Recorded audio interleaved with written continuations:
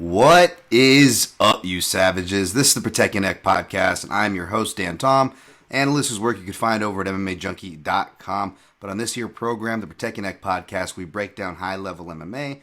We do it in a slightly different way, especially in shows like this, which will be a top 5 show. But this is, in fact, a very different top 5 show. So before I get lost in the weeds, as you know, for these top 5 shows, we kind of dive back into history. This will be more film martial arts history than actual martial arts history. But I need a co-host to do that. So today I brought one from another top 5 episode before. He does his own work. I'll let him plug that here in a second. It is my man, Blake Stephenson, at Blake Stephenson on Twitter. And you can find him as well at Facebook, Blake Stephenson. Yes, sir. Yes, sir. What's up, Damn Tom, man? Thank you for having me out, bro. I was just thinking about this the other day. It's going to be like 3 years since we did a show. It would have been 3 years in August, dude. It was insane. Since we did a show. Yeah, it was for quick reference for people, we don't timestamp these shows too much, but just so people to bring them up to speed, that was a little thing called Mayweather McGregor around that just happened because we were covering top 5 boxers in MMA. So that's where that's what Blake is referencing, people. Yeah, man. And when I was doing my show at the time, really heavy, Loaded Joe's MMA podcast, had Damn Tom on there, and we broke down the fight in every which way possible. So yeah, man, I'm just out and about, and I have a new podcast called Unfiltered Bachelor. I still include some of the Loaded Joe's stuff on there, but Unfiltered Bachelor just my life, my dating life. We talk relationships, and then I'll have one-off shows or kind of segments where I break down like shows like Atlanta and like because I love Childish Gambino, and you know how that ties into. Yeah, I just want to break down the show, but also ties into a lot of relationship stuff. I love breaking down Lil Dicky's show. I love breaking down songs. But again, I still stick to my roots. I still do a segment where I'll break down fights to get me excited, and so I'm happy to come back full circle, man. 3 years later. Well, I've popped into that show of yours, and something I appreciate you in general, Blake, but especially with that show, I think again, I would be far from someone to speak, but I feel like you do need that honesty and vulnerability at times, to put that out there because it does, do a service to get people's different perspectives. So props on you, man, for branching out with that. And again, that honesty, that genuineness, that candor that you carries over, which is why it's good to have you back on this program, sir. Thank you, Dan Tom. I'm ready to do the damn thing, bro. You got your list ready? Yeah. So we're gonna be doing a little. I teased it off the top, right? And I need you to help me break this down with the audience with me, Blake. Yeah. We're usually doing a bit of a different one. Usually, where it's like top 5 kick KOs or top 5 bad stoppages. Shouts to Simon Head. We just did top 5 light heavyweight fights. This is something I've always wanted to dive into, and maybe we'll do a little more. But this is going to be essentially top 5 fight scenes from martial arts movies. Now, I'm not going to hold anyone to the fire, especially my co-host here, for coloring outside the lines. As you know, the lunatics were in the asylum in this show, and coloring outside the lines, being creative, hipster, whatever you want to call it, it's encouraged, it's welcome, it's not against the rules. Fire away. However, yes, that's what the show will be rooted in, right, Blake? It'll be fight scenes, so we can't pick like every scene from the movie. We got to at least narrow it down to one. If there's a two-way tie, that's always open to, again, bending the rules there. But essentially, it's fight scenes from martial arts movies. Now, that one I think could get press from both of us, and that's totally okay. Right. But martial arts movies is the general thing that's tethering us to the ground, right, Blake? Yeah, man. Martial art movies, fight scenes, all that good stuff. Because one of my honorable mentions, and we'll get to it. It's not from exactly a martial art movie, but it's a beautiful fucking fight scene. So, yeah. So it's kind of all over the place. I feel like some of these are, but most of these, yeah. It's the whole conversation started off. I was like, let's do martial art movies, and you're like, what about fight scenes? And I was like, bro, fuck yes, let's do it. Yes, and we're going to be talking about a lot of famous actors, famous movie stars from all around the world, I'm sure, are going to come up, right, Blake? However, we will do our best to tether it to combat, not just mixed martial arts, but combat sports, because I think kickboxing and boxing may come up, and we may see some kickboxers and boxers cited in some of these movies or some of these fight scenes, because, again, that's something that's been going on since back in the 80s or 70s, depending on what movies you want to cite. There's always been crossover from martial arts and combat sports world in the Hollywood, And hopefully we'll get to talk about some of those where they come up. But as for the top 5 list, just a reminder, folks, this isn't the top 5 like what are the best, because then that gets tricky. Then we really got to stay strict to guidelines, and then that kind of makes us come in with the same lists and so on and so forth. It's our top 5. So whether we're talking about fight scenes from movies like we are today, or we're talking about upsets in MMA, let's say if that's the topic for a top 5, right? It's what's the top 5 for you, and a lot of times personal biases may bleed, into your picks. They certainly bled into mine, right, Blake? I don't know about yours. Yeah. Again, just, and another reminder, folks, me and the co-hosts always, so me and Blake, we don't know each other's lists, so we're going to go from 5 to 1 taking turns. If you submitted any of your lists, which you can always do at the PYN Podcast on all platforms, you can subscribe. I think it's down on this side here, where if you're watching this on YouTube, the little Protect Your Neck podcast link where these shows will go. But yeah, hit us up there on the social medias. I will read your guys' list for listeners, submissions, and transitions, and then we clean up hit with all the honorable mentions, which there's going to be a lot for this show. Me and Blake already talked about. It's going to be like an honorable mention show, right? For real.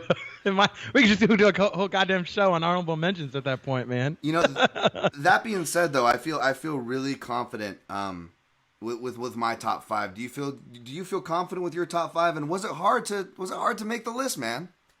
Actually, I made it in I took some time earlier this week, and Okay. it probably took me like an hour and a half, because I'd been thinking about it since I wrote it the first time Right. a week or two ago. And then I was like, this week I'm gonna take time. And then I thought about it. I'm like, oh shit. It was more like, oh, I already know all these fight scenes. It was more like I had so many, and then I'm like, oh shit, I'm already at 5. Like, all right, man. Yeah, we're gonna have to. Yeah, I'm sure we actually have to do our own re-criteria to start cutting down, right? Yeah, you can, because that's the crazy thing about this is like, what are your own, I think, ideas on like what makes a fight scene? What sets it off for you? Is it the comeback? Is it the good guy winning, bad guy winning? And is it this, that, or the other thing? Is it you prefer the cinematics of like a badass like flips and shit, or do you like it more ground? Are you more box? Like, I think like all these things, like it all combines into what makes a great fight scene for you. So it's gonna be different for everyone out there, and especially for me and you. Absolutely, man. Absolutely. There'll definitely be some fun movie talk in general, I think, with the nature of us and our taste, my friend. So let's not waste any more time. Let's get into it. Let's get some entertainment for what are these strange times we're in. Not to timestamp it, but it is the year of 2020, and that's why these shows are coming back, and we're going to be improving the quality. So thank you all for sticking with us. On with the show. Alrighty. Top 5 lists. I usually like to let the guests go first. Jake, maybe Blake, we can maybe do a Chinese fire drill in the center of this thing and switch and change seats. But are you cool with going first, kicking us off here, Blake? I got you, man. I got you. So my number 5, and I don't know why this scene, because there's a whole bunch of them in the movie, but it is Neo versus Morpheus in The Matrix. The first, right. the one where he's like, I know Kung Fu. And like, Morpheus is like, show me. And fuck, man, like that fight scene right there, because it's really like, so like for me, I found a lot of my list was driven by more so like traditional style martial arts. You know what I mean? Like, like the more like the movement, right? So like totally. We know MMA, know MMA, we follow MMA. MMA is grounded in a certain level of realism. And there's a lot of times where you see shit and motherfuckers flying around the goddamn air, crouching crouching tiger, hidden dragon style. You're like, oh, you motherfucker, you can't fly in the air and fight like this. But doesn't mean it doesn't look cool, and it doesn't mean it's not badass. So in this movie, there is, a lot of that happens in this scene, but I loved it so much because, like, who would have thought, like, fucking, before the John Wick days, who would have thought Keanu Reeves would have been on some badass, like, martial arts shit? And then he's fighting Lawrence Fishburne. And the fight scene is pretty fucking, it's all kung fu, and, and you see, like, roundhouse kicks in there, and, like, flying in the air just a little bit, like, I don't know, man, like, every time I watch that scene, I get up. I feel like the crew, because if you remember in the movie, all the crew gets up and they're like, "Oh, they're fighting," and everybody like gets up and like runs across the little kitchen table and they're like watching them fight. And I don't know, man. I be getting up like that every time I see this fight scene. I'm just saying. I went back to watch it and I still can't remember. Didn't someone place a bet? Like there was one of those little hidden like Easter egg gags. You see someone like give the other person money. Oh or yeah, yeah. Like in Dude, the background. Yeah. I love that you brought this movie up. So when we say it's top 5 fight scenes from martial arts movies, when I said it's okay to bend the rules, for me, because my list was like kind of like you said off the top, Blake, it was starting to get too big real fast, right? And let's just context, Phil, phrasing. Sorry, but no, seriously, like so I was like, okay, I'm gonna limit myself to just martial arts movies. And so I didn't write I left off like Born Identity, which is okay if it ends up on anyone's list. I'm not trying to burn anything, but just for example, correct. That being said, Blake, the one movie where I bet that on, it didn't make my list, but it made it on my piece of paper here for honorable mentions, is Neo versus Morpheus. That's an iconic scene. I mean, you can't not give that credit. Even if you try to be a stickler, you got to forgive that selection for being on top of anybody's list.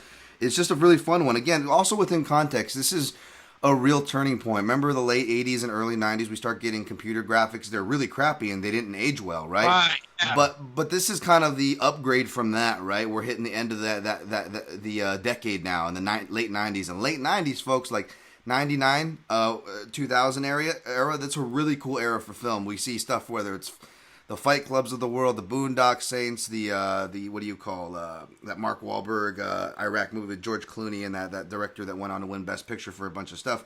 Sorry for people shouting at the podcast. That's usually me. Point is, it's a really fun time in film. And along comes this movie, The Matrix, for obvious reasons as far as graphics Were you talking and about action. Three Kings? Was that it? Three Kings, my man. There we go. My man.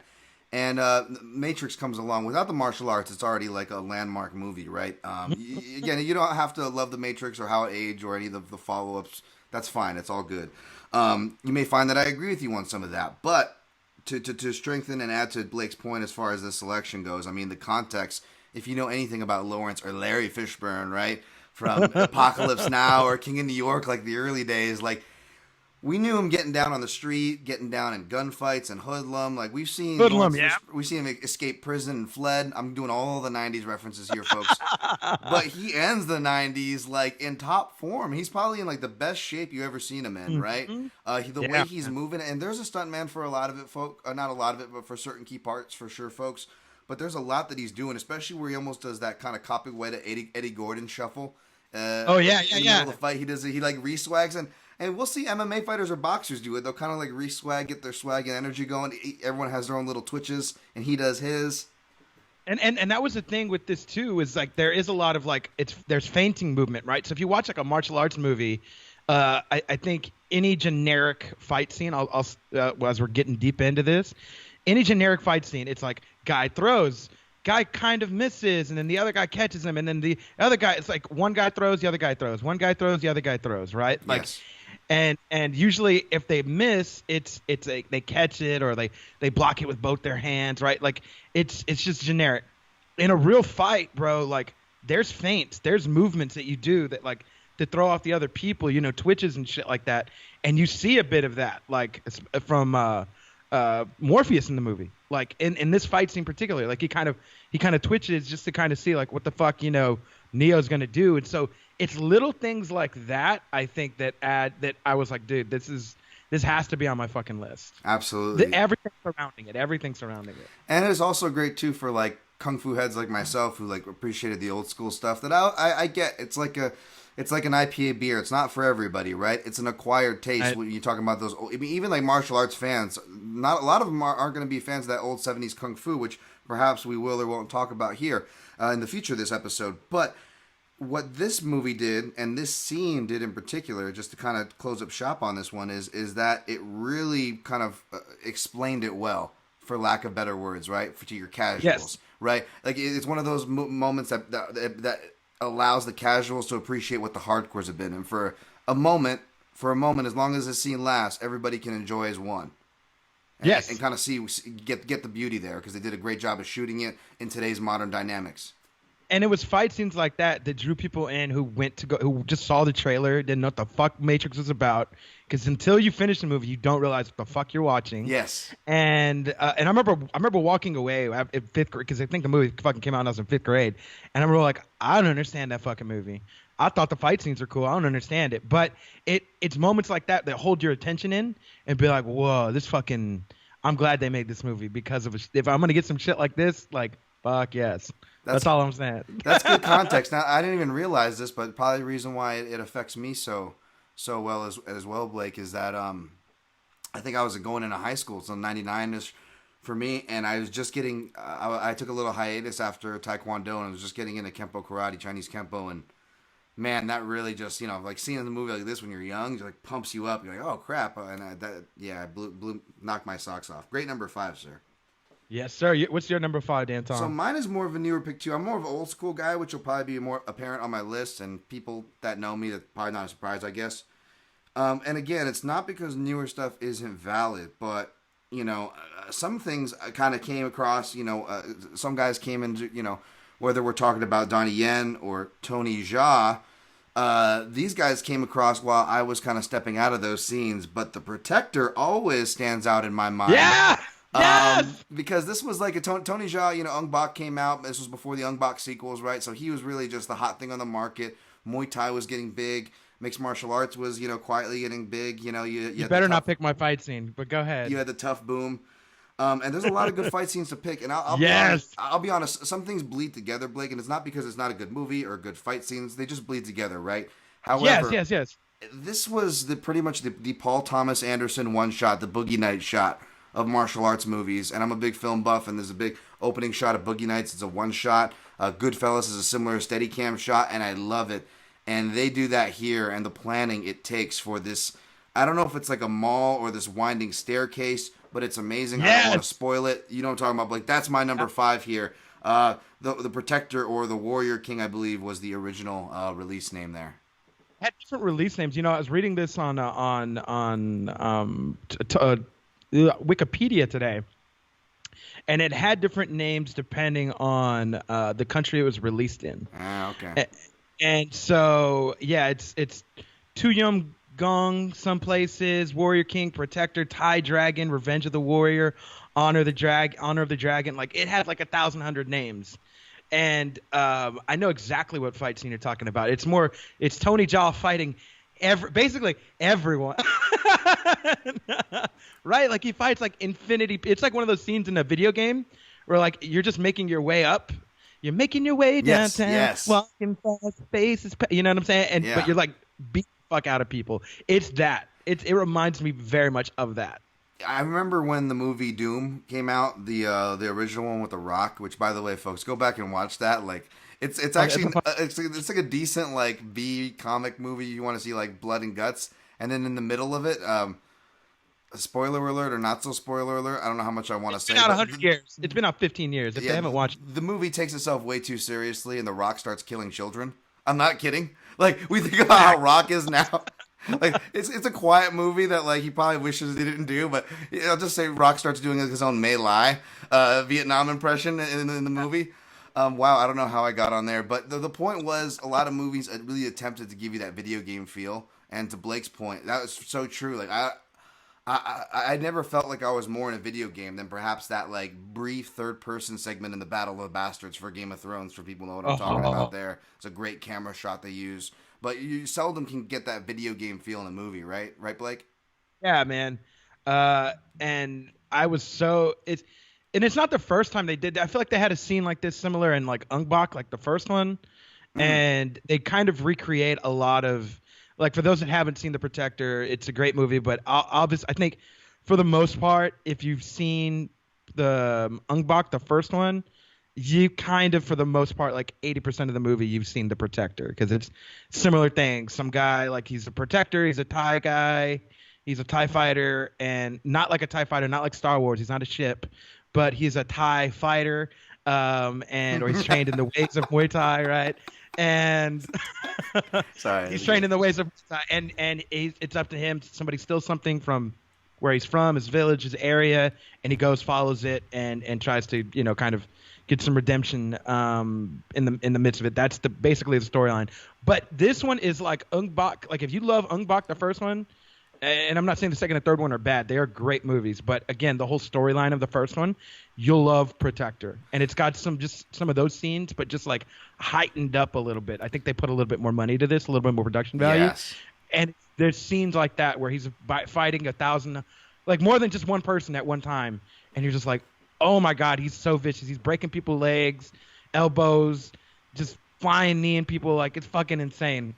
And because it's a one shot, they have to really make sure to sell it the first time. So it's almost like a shoot, to use wrestling terms. Like it's brutal techniques, like Blake said, and it's not pulling a lot of them in this scene. And I want to shout to the Steadicam operator, which they have 2 camera operators listed, but I imagine the Steadicam operator did the heavy lift there, and that was Samsak Sorisawat. So I apologize if I mispronounced that name, but got to give a craftsman his due for that shot. And last thing I'll say on this one, I remember the trailer when it came out, because like I was starting going to a lot of movies around this time, and it was like Tony Jaa, and they were just really you had the preview guy voice, and he's just like, and if you notice Ong Bak, and like even in this movie, like he really goes to the well with the flying knee, and I love the flying knee. If anybody gets a flying knee award for like best knees in movies, like Tony Jaa's got to be your number one, hands down. I'm not hating Blake, but it got to the point where it's so comical. I was like watching the trailer for this live when it came out, and I'm like, dude, what's next? This guy's gonna like flying knee Godzilla, and all of a sudden you see like some military helicopter like flying over a building, and then you see Tony Jaa start leaping into a screen with his knee. I'm like, no, come on, he's gonna fly me the helicopter. And it fucked with me so much, Blake. Like I remember some like low grade scary movie like being the next movie to preview after this, and it was like a girl in a bathroom stall, and she was like slowly going to open the door, and it was like a total setup for a jump scene, right? And I'm just like, oh, how great would it be if Tony Jaa was there and just knees her in the face? Like it just has the flying knee burnt in my face. That's how hard Tony Jaa came on the scene, man. Yeah, no, and you know what? I'm gonna touch on this because the Protector is actually my 4th pick. Let's go into it. Let's do it. Yes. We're gonna do what the kids call a segue. Yeah, we're gonna ride our segue over to this point. But that was the first movie I'd ever heard of Tony Jaa, to be quite honest. And I know some people had heard of Ong Bak before then. Right. But I know he kind of cut his teeth with Ong Bak, and I think this one was just more or less like they tried to make that commercial push. Yeah, you know? Totally. If he was an underground rapper, Ong Bak was his first mixtape, was the hot mixtape that got him on the scene. And like this was like that commercial hit that like, oh, it got the same like, oh, okay, yeah, okay. It's that young jock when he hit the scene, you know, that meet me in the mall is going down. Meet me. Like you're like, okay, I get it. Like it's catchy, but you know, whatever. That's what that reminded me of, and that's what this movie reminded me of. One of my favorite fight scenes though is Tony Jaa in the Burning Temple 3-person fight scene, him versus Lateef Crowder, John Fu, and Nate Jones. I believe that the dude's name is Nate Jones. This is the scene in the movie where it's Nathan Jones. Nate Jones. This is the scene in the movie where you know he kind of finds sanctuary in Australia at a Buddhist temple, and this kind of place he goes to, and he comes back and he finds out the bad guys have found the place. They've set it on fire, and the first person he fights is Lateef Crowder, who is the guy that Eddie Gordo's based on. He actually played Eddie Gordo in Tekken. He's been in a few movies, but he's actually like one of the best, like, I don't know capoeira like that, but I'm going to assume he's one of the best capoeira people ever, at least for Hollywood, and putting it in his stunts, because he is amazing in this fight scene. And the reason I love this fight scene is it's 3 different martial arts versus Muay Thai. You know what I mean? It's capoeira. Then you have the second dude who's more of a wushu sword fighting style. And then you have the third dude who's just this big ass wrestling dude. Big ass, just like, I'm going to throw you like bar style. I'm just going to fling you around and throw some punches and shit like that. And I'm like 8 feet tall. You know what I mean? And I don't know if you remember this fight scene, but it's so just fucking phenomenal, bro. I did it at first, and then it came back to me as soon as you got a couple sentences in your description, and I'm kicking myself for not having it on my mentions because it was a really well done one. It was much better than like I think it's like the first Umbach or whatever where he's in like the street fight and it's like essentially the brawlers and like that one's almost comical. This is the much better version of it, the one Blake's talking about. I honestly haven't seen it since the first time I saw the movie and have not seen the movie since. So yeah, I didn't know what you were talking about until you started talking about it. I love that. I love the dynamic too with the different styles, and that's kind of the better thing about the newer selections, which you'll probably see. Whether we're talking about the one Blake presents right here or other ones that are out there that might be on our list, is you really get these little nods almost, right, Blake, from the directors to the audience. Like, hey, we know that there's different styles out there. We want to fulfill those taste buds. We're going to give you a little bit. This is like every Tekken fan's kind of like moment in the movie because you see an actual style versus style. Like so much in movies. And it really takes me out, especially, it's really taken me out since I've trained martial arts and kickboxing and MMA on and off for the last 10 years. It really takes me out of my element when I watch a martial arts movie and even go back to watch a movie. And you're just like, wait, how do they both know the same? How are they both karate guys? Or how are they both taekwondo guys? Or how are they both kung fu guys? I don't fucking understand. Like, why are they the same style? Like, wouldn't one guy fight differently than the other? Like, You know what I mean? It takes out of the moment. And it's a fight scene like this where I was thinking about it. And before I put any of these on my list, I went back to go rewatch them. So I had to rewatch it. Of course, yeah. I'm not just going to recommend shit to fans and be like, oh, watch this shit. You know what I'm saying? But I rewatched it, and it's still like there's some scenes, there's some cuts where you're like, oh, that's kind of edited from the right angle, but I get what you're doing. But it's the whole element, exactly what you're talking about, especially we reach a modern day of martial arts and realism of like, dude, people are going to know different stuff and they're going to do different moves. And it's going to be up to you to adapt. And like, what will you do when you're going to fight the styles? Very mixed martial arts mentality, right? Like you're going to fight somebody. They're not going to fight like you and they're not going to fight like your last 10 opponents. You know what I mean? It's all about style versus style. And being an MMA fan, I think that's why I'm highly, highly attracted to this fight scene. Absolutely. Style versus style, as well as adjustments, which is a quiet one that I didn't quite pick up on until I went and watched back on Adult Eyes. We'll get into that later, but I like the style versus style point because I found myself doing that too, or getting taken out for different reasons. Like Bloodsport, for example, is a great movie, and it's one of the few movies and earliest representations of an attempt to do style versus style. But even if you start looking under that movie too far under the microscope, you can be like, wait, Chong Li's from Korea. We got the Chinese guy from Korea, but he specializes in stuff that maybe Korea is not really known for. And I'm not trying to tear apart Chong Li or overtouch that. I love Bloodsport, right, by the way, folks. But I'm just saying you can run a dangerous route where a more practical, maybe more relatable observation. And you tell me if you felt this way, Blake, where when I'm going back and watching a lot of these, and I understand because grappling doesn't come on most of our radars till UFC 1 or years after UFC 1, right?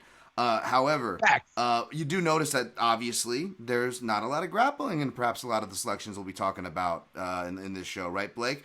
And however, when I'm watching these, because I went back to rewatch them as well, right? And I'm going, okay, there's not a lot of grappling, but when they start grappling, and I'm talking about even like great movies, great fighters, etc., etc. I go, ooh, maybe they should stop grappling because it's taking me out of it. That's a bad choke. That's a bad choke, like. Bro, that's a bad hold. Who are you choking with that, bro? Like, what are you doing? Yes, yeah, the bad rear naked chokes. You could tell no one knew how to do them back then. Like, it was something else. So, man, yes, this is.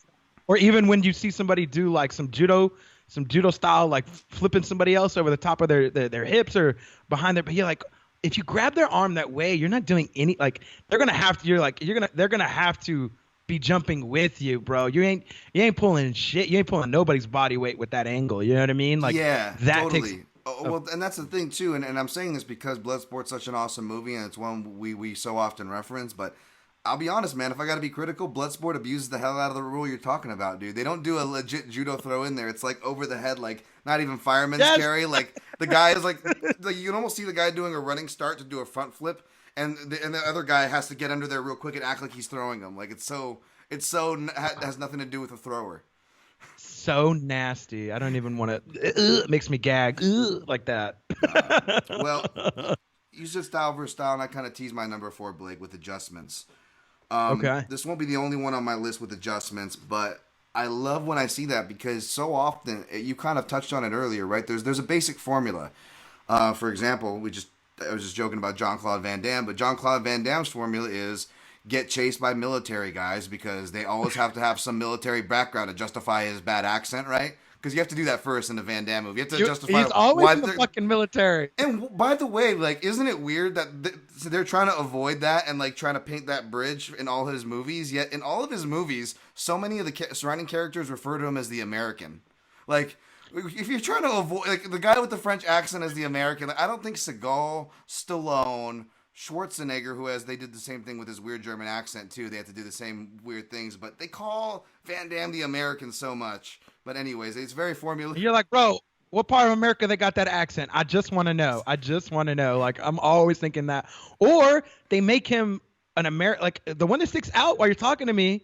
And I'm sorry to go down this path. Go. Guile from Street Fighter. Hey, bro, that's an American guy in the goddamn show. The video game. Hey, bro, he's got blonde hair. Dude, isn't he more American than Guile? Don't. But again, like they're like, he's in the military, and he's just kind of been around the world, so he's kind of got an accent. You know what I mean? But he's good. Like he's good. It always he's in the military, and he's got to do the goddamn splits every fucking splits, movie, dude. The splits and the low below. Yeah. Like I was tweeting out, you got to watch out for that. And like, if anybody just had spin kick defense, they would have beat Van Damme. You know what I'm saying? Like. That was his finishing move, like every time. You know, back on track to what's formulaic about a lot of these. I know we're picking on JCVD here, right? But it was always very formulaic, and then he kind of staged it. You know, we'll talk about him later, I'm sure. But like, it's funny. So it's good to get like back to adjustments to break up the formula, right? And tethering things to actual combat. This one is great because. It has one of my favorite actual combat sports practitioners, my favorite kickboxers of all time, Benny the Jet Urquidez versus Jackie Chan. Oh! But in Meals on Wheels, 1984, I talk about Dragons Forever all the time on this program. I talked about it recently on my live MMA chat, so I wasn't going to go with that one. And also, just as a scene, I went back to watch this because it's been a while, Blake. It's a really good fight scene. Now, for people familiar with Jackie Chan, you've got stunts, you've got kind of that comedy element as well. You've got using I call it, like Three Stooges, Three Stooges yes. Kung Fu. Like it's prop Kung Fu. Like if you got a chair and like a bottle and like a broom. Hey, bro, don't be in the same room with Jackie Chan. He'll find a way to beat the shit out of you with all the items somehow. And early on in his career, he eventually starts moving to that, right, Blake? Because early on in his career, it was old school Kung Fu. So you really don't get this really mix of realism. There wasn't a lot of realism. If realism is your thing, maybe you're not a Jackie Chan fan. That's totally cool because that wasn't his thing. But this fight has kind of a sense of that because here's something else you can really tell is I love Blake, and we can get into it if it's a selection, but I'm sure across your research you ran into fights where it was the martial arts fighter, the film fighter, right? Versus a real fighter in certain scenes. There was a lot of those pairings. And I love watching those because you can see the real fighter toning down his thing to make the other guy look good. And the fake fighter, like, fucking trying to do his A+ game just to stay above water, right? Like, so that's what I love about those scenes because it's just this weird, there's a quiet balance going on if you know what you're looking at, right, Blake? And I don't know for sure. And this one, it's great because Jackie Chan, you don't see him struggling like maybe you could accuse other fighters. Like you said, Blake, they're using the camera angles, they're using other tricks to help support him. Like, Jackie Chan doesn't really need any of that stuff, and he's actually doing really good boxing here. And the defense, like, they're using really good boxing and kickboxing defense. There's parries, there's some head movement, and they're doing real shots. There's actually real clinch fighting, elbows in the clinch. And there's an adjustment period because Jackie Chan's getting his ass kicked, but instead of, like, doing some arbitrary woo-woo thing, which we'll probably talk about, happens in our lists, like, he actually starts kind of studying him. And he starts studying him and almost starts doing the Bruce Lee thing where he gets into the boxing stance and starts kind of loosening around, throwing feints. And then he kind of feints the power out of Urquidez, who was obviously the more powerful guy. But you still get a fun choreographed fight scene that's not overly props. They're really not using too much aside from a broken chair, and they're not using them in a cute way. Like I think like they take the chair and smash it over each other in like a pretty violent way. It's a great fight scene. Mm-hmm. Yeah, and for those who don't know, like Benny Urquidez is like a legit like one of the 70s 80s like kickboxers. Like he was American style kickboxing, and he still fucking teaches from what I hear Rogan talk about. And if you're like, I don't know who, I've never seen this guy. You might have if you're a John Cusack fan. He was in the movie Grosse Point Blank. Yes. And he's actually in real life, he's John Cusack's kickboxing instructor. And so if you watch that scene, low key, and this wasn't on my honorable mentions or anything, but now that I'm thinking about it, low key, and it's not a fight movie, Grosse Point Blank, the scene where it's John Cusack and fucking Benny Urquidez, and you're like, oh, I remember watching it, I'm like, oh, my man's got, fucking, what's his name, John Cusack got some moves, okay, baby. But yeah, Benny's like legit, and to your point of like, when you're fighting, I think you get a lot of you don't need the seller, the martial art person who's selling you on, like, obviously they don't know martial arts and they're learning it for a movie or something. That all comes out the closer the camera angle is and the tighter the camera angle is and the less edited it is.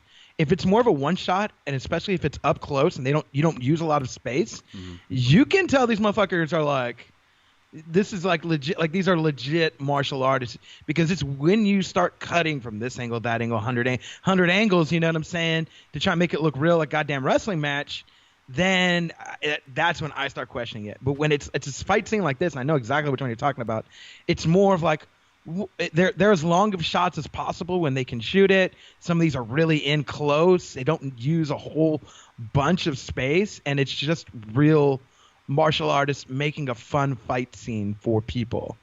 Yeah, I definitely have seen this one. I don't think I've seen this movie, to be quite honest. I'm not gonna front on people like that. But I've seen this fight scene for sure on like YouTube and shit. Oh, so yeah, it's great.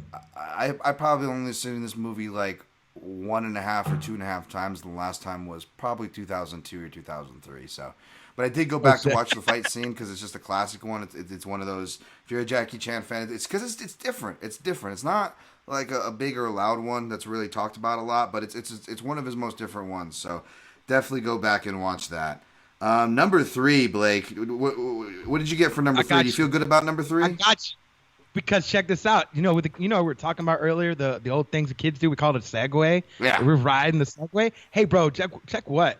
We're about to ride a Segway from your point to my point. And what's the Segway? We're going to call him Mr. Jackie Chan. And he is in my number 3. It is Jackie Chan versus Jet Li, The Forbidden Kingdom. Wow. There we go. It's like when De Niro and Pacino meet on the screen finally, right? You're like, what? Like this is what does it for me, man. It's like, because I wanted to put Jet Li on my list. I wanted to put Jackie Chan on my list. Separately, they each have great fight scenes, and like much like the one you had, like I love that scene. It wasn't on my list, but that doesn't mean I don't love it. But I was thinking back, I'm like, what is the best way to combine like both of these guys? And I was like, I remember thinking like when I was like, man, fight scenes. I'm like, that'd be cool if they ever fought each other. Holy shit, they did fight each other. It was in a movie. It was in Forbidden Kingdom. So I had to go back and play that scene. But I remember up until this point, so people don't remember or I don't think you remember. A lot of people don't remember this movie because it was a very not that, wasn't out there, you know what I mean? It's a little like a white kid who like it reminds me of like kind of like they put it in like half reality, half fantasy. Yes. Like he gets knocked to this like alternate universe. It's kind of like never ending story type, gets dragged into the story. And then there's characters around him to help him develop as a character. And by the time he leaves this magical land, like he comes back and he knows all this fucking kung fu. we all know like different movies like that. You can name any number of fucking movies. But for this particular one, there's the scene where Jet Li is guarding this magical staff.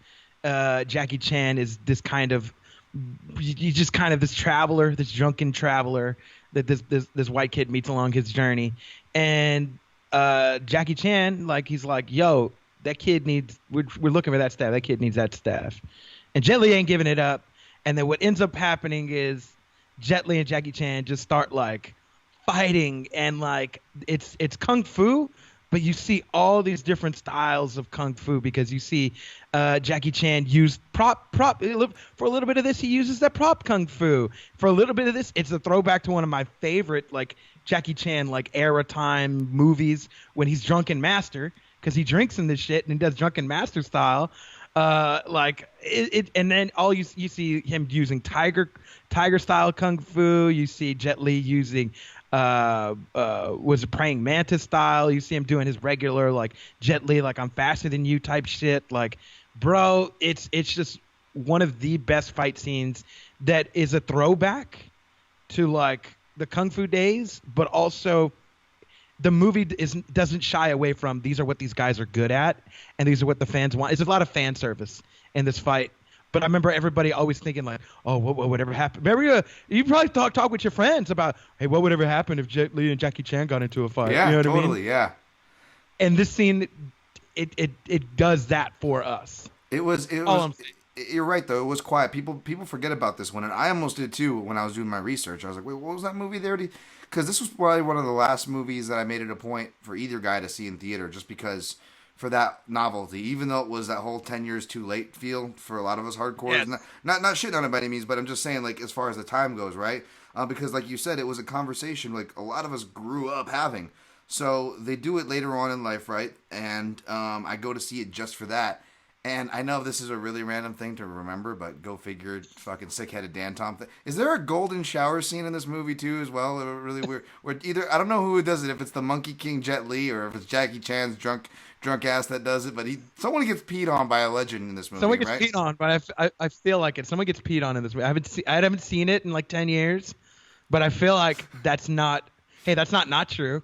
It's not true, yes.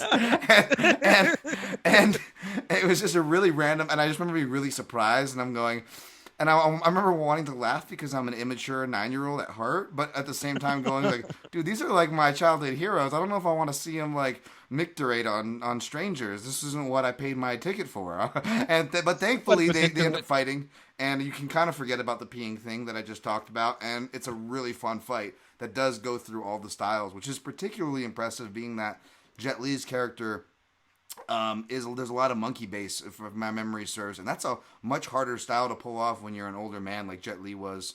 I know Jackie Chan's older than him, but Jet Li was getting up there too. Yeah, they both were up there in age. I didn't real, but they aging well, man. I don't know what they're putting in the and shit. They aging well though, man. But yeah, it was one of those weird things where it was like we should have probably seen this like sooner, and we've seen. I think it was more of one of those things in Hollywood, man, where it's like, man, we've seen Jet Li fight everyone, bro. Like, what else he can do? What else is he gonna do that's gonna like sell it? Like Tony Jaa wasn't as big then yet. I think this movie came out with 2007, 2010, some shit like that. Like, and so like a lot of people didn't know Tony Jaa, so it's like we seen Jet Li fight fucking Jason Statham. Like, what are we gonna do? Have him fight Wesley Snipes? Like, what are we gonna do with him? Like, he's fighting everyone. He's fighting all the big names. Like, we need this fight scene for like that martial arts thing, because we've seen him do all the hero movies and the fucking what was the other one? Like, it was Hero and then Fearless. Oh, was that one? That sounds about right. But Fearless, for sure. That's one of my favorites. Yeah. I love that movie. Yep. But we've seen him do all the shit. No, totally. And because I don't think this will be on our list, so I can burn it. But I don't blame you for wanting to do this by putting that and getting 2 covered on your list, because I thought about it too with this one, Blake, and as well as Once Upon a Time in China 2, where he fights Donnie Yen in a really good scene that's worth going back to see. But you get that crossover. But Donnie Yen wasn't Donnie Yen back then, and Donnie Yen, as much as I like him, which perhaps we'll talk about later, he, and no knock on Donnie, but he's not Jackie Chan. You know what I'm saying? So there's a lot of value. He fights him in he also fights Donnie Yen in a fight scene in Hero. It was like they had like swords and shit, or like a sword and like a staff and like a spear. That's right. Sword and spear, and like They fight in that scene too. That's crazy. That's a blind spot for me. That one, by the way. I still haven't seen Hero. I don't know. Oh, bro. I know. Oh, I know. ugh. I'm late. I'm late. Get it's not it's I mean it's not on my list, but it's because it's also it's got vague kind of touches of like kind of Crouching Tiger, Hidden Dragon, kind of like with that Totally. they're fighting in like air and like running around on fucking leaves and shit. But like the beauty, the colors, the cinematography in this movie, there's never going to be another movie made like that one for sure. Dude. It's great. Yeah. Okay. I'm definitely gonna check that out then on your behest. No, that's a good one, man. All right. What is your number three? What is your number three? I'm eager to hear this. My number three is a guy we spent a lot of time getting sidetracked and talking shit on, and yet he ends up pretty high on my list. That was John Claude. That's John Claude Van Damme. Listen, it's hard to justify John Claude Van Damme on the list aside from nostalgic reasons. So, admittedly, Blake, there's a lot of nostalgia. I grew up with some JCVD, which kind of makes me. I'm questioning my sexuality, and I thought I was straight, Blake. But as I'm going back to watch all these JCVD fights, including this one, which is going to be the end fight in Kickboxer, we see more John Claude Van Damme ass than you'd see girls' asses in his movies. Like there is no way you could call yourself straight and be, which is totally fine. I'm not hating folks for what your proclivities are. I'm certainly questioning mine after all the JCVD I was watching. Jesus, do you remember there being that much? In all seriousness, though, do you remember there being that much ass, Blake, in the JCVD fights? Man, he loved to show ass. He loved to show ass in movies. He loved to show just doing the splits on chairs. Yes. And on walls. And I saw you listen, man, I'll be honest with you. Watching any JCVD movie, you see a lot more legs and a lot more ass than you ever planned on. You spent that $750, that $1050, there's way more you're like, I didn't know I got a free peep show with every John Claude Van Damme movie. Well, yeah. How do you think his buddy Jackson feels in Bloodsport, right? I mean, like he walks in. Remember when he walks in, and everyone's always walking in, and he just so happens to be mid workout in the splits. And it's like if you're Jackson, you're like, okay, either this guy's like this is his weird way of trying to intimidate me because we can still fight in this tournament, right? Or like maybe is he trying to make a pass at me? Like what's going on here? Like JCVD was always in them splits, man. And you're right. Every movie, man. But listen, when nobody's watching. That's actually not why I picked this one. I will say honorable mention. Like it's hard to find like JCVD's fights as far as like you want to talk about realism or showing technique or having layers to it, if you will. If we're going to talk about it in that sense, the one that almost made the list is not very popular, but it was Lionheart. It's a Van Damme movie that doesn't get talked about a lot, which is surprising because like Bloodsport, it's got a very MMA feel to it. And there's a scene where he fights a Scottish guy in this random like parking lot, and all the cars circle around and use their headlights for the ring, and it's a really vicious fight. Wow. So I just wanted to say that as an honorable shout. But I ended up going with the end scene in Kickboxer because you got Tong Po, who for people who don't know, this guy Michael Queerses or something, I forget what his name is, but he was actually like a childhood friend of Van Damme, and they came up together. And as you can see with his style, he gravitated more toward the Muay Thai, whereas Van Damme gravitated more toward the Coke and Ballerina. But sorry, no, just kidding. God damn, Dan Tom. I'm sorry. I know. I'm talking so much shit about my number three here, a childhood hero. Like, are you a fan of this guy or not, Dan? I can't figure it out. God damn, Dan Tom. I'm so confused. But no. But you know what I'm saying? Like this guy had a different martial arts styling, right? And he was actually in Bloodsport for people that don't realize. He if you go to my Twitter cheap plug at Dan Tom MMA, my whatever you call the header photo. It's the karate guy versus the Muay Thai guy, which I thought was pretty cool for, because I examine styles, and it's a movie that I love, Bloodsport. But the Muay Thai guy in that, I forget his name, not the actual professional fighter guy who's doing the closed knuckle stance. That's actually, the other Muay Thai guy is actually Tong Po, and he makes it to a semifinal fight with Bolo. And he's the guy that gets his femur snapped with the bones popping out. Oh, Trivia. Yeah. That's Tong Po, folks. He was in a lot of Van Damme movies. Like he's like you'll see him in the background in like Cyborg, like because they're buddies, right? And he kills it, man. Like this might be a hot take, Blake, but I think he's right up there with Bolo as far as a villain goes. I know I just cited the head-to-head match that he lost to Bolo, but Tong Po's a mean mother effer in this movie, dude. Okay. Do you I haven't seen Kickboxer. Did you ever watch this one growing up? So I saw it growing up, but I haven't seen that movie in like 10 years, probably. So outside of the JCVD stuff, another reason why I have this one on here, we all know, like I think Hot Shots does a little parody of it, but we all know the parody of dipping the fist in the glass, right? The glass wrap. That's where it comes from. Is this movie, this final fight? They dip their hands in glass, and they essentially go at it, and it's great too because the movie is set up that. Jean-Claude Van Damme's brother, who's played by Dennis Alexio. And Dennis Alexio, for people that don't know, this is a legendary kickboxer. My dude Stitch Duran was actually working with him around the time Kickboxer, this movie, got filmed in 1990. This is like the peak of Dennis Alexio. Oh, shit. And he gets paralyzed by Tong Po. And, Van Damme wants his brother to not fight him because he sees Tong Po warming up. And Tong Po, it's not even a rounded, like, pillar. It's a square pillar with hard edges, cornered edges, Blake. And he is just Muay Thai leg kicking it. I mean, this is before the leg kick is on anybody's radar in 1990, right? Right. And it's showing mainstream leg kicks. And it's funny because Dennis Alexio would lose a very famous title fight years later to a leg kick. Granted, that was also disruption because that was also made a no contest for another ring debacle. But anyways, this guy Tong Po's throwing leg kicks. He's doing the elbows and the clinch. So you're actually getting like legitimate fighting. And you're seeing Van Damme having to kind of step up to that role as well. And sure, he does his splits and punches to the balls. And there's some weird stuff like apparently, like Tong Po's already an evil guy. Like we've established that he's evil. We've established this. Yes, he's paralyzed Jean-Claude Van Damme's brother. But apparently, like the writers, they're like, you know what? We feel like Tong Po needs to take credit for pardon the language, folks.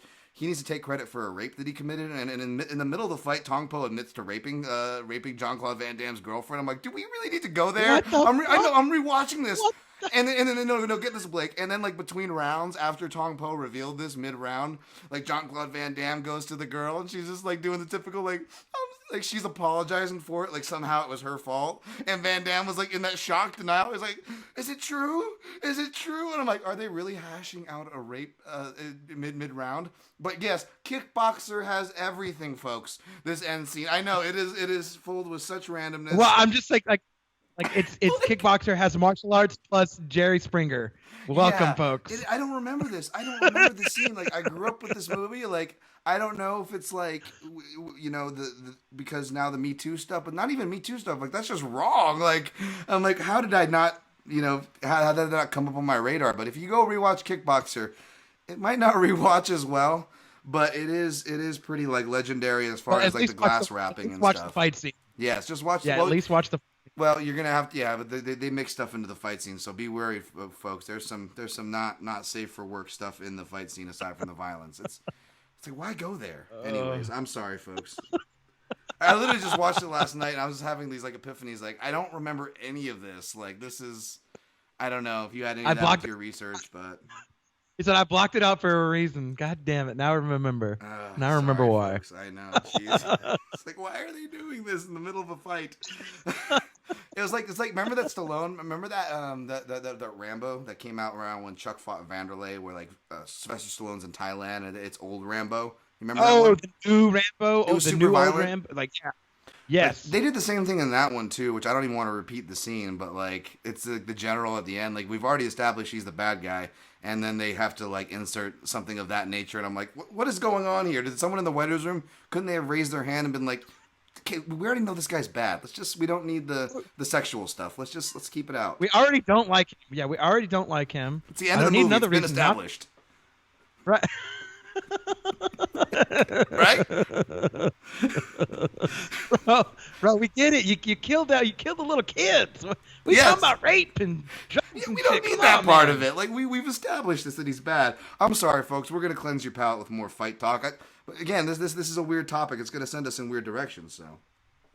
Oh, I love it. I love it, Dan Tom. Oh Jesus, where were we? All right, we're top two right now, huh? Yeah. Let's do the Chinese fire drill now, and because I feel like it's my responsibility to. I can't make you follow that, dude. So let's do this Chinese fire drill now. I'll reset the ballots with the number 2, and you guys can choose to watch or not watch Kickboxer's last fight. All right, number 2 is a classic one for me, man.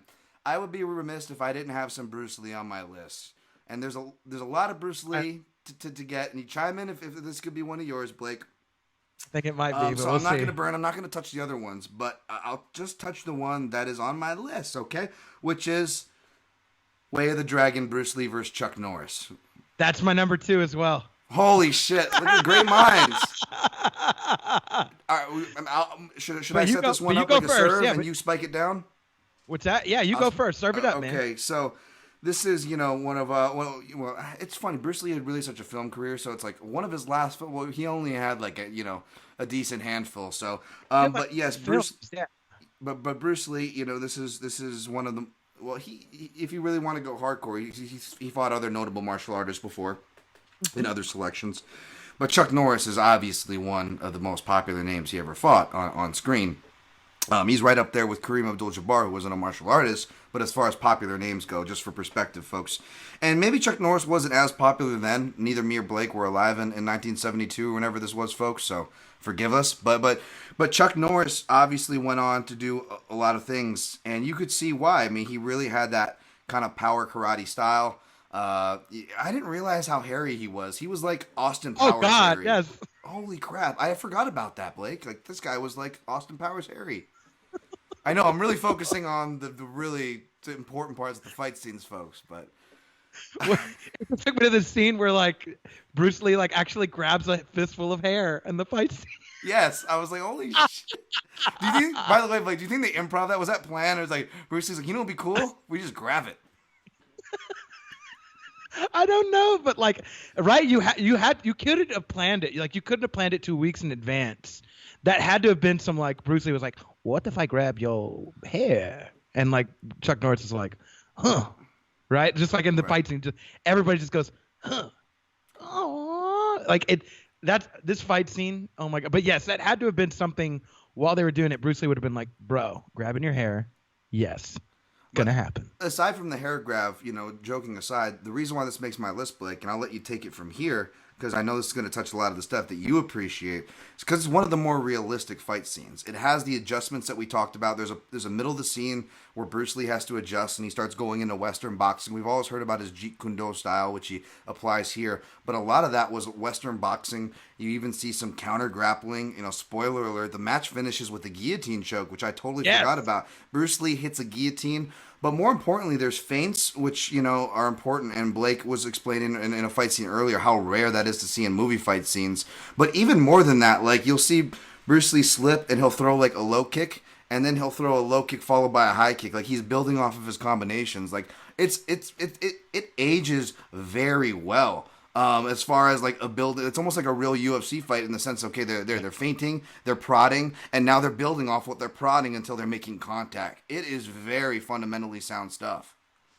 That's what really drew me, and that's why it's my number 2 is because like of the complexity of like this shit was going down in 72. Was it 72, 69? Like it was filmed like earlier, then it didn't come out to like America like 71, 72 or something. So it's all weird. Yeah, it's all weird, the timeline, but like for that 3-year gap that we're talking about, when this movie came out, the concepts of that those are timeless things. Like those are things that like are stressed now for fighters to do, especially like not only in a combat sport, but like in real life. Like real life, if you feint somebody and you throw one way and you throw another, like much like a question mark kick that like something like Cerrone does, right? Where you've been throwing low, you feint low, throw high. Yep. Bro, yeah.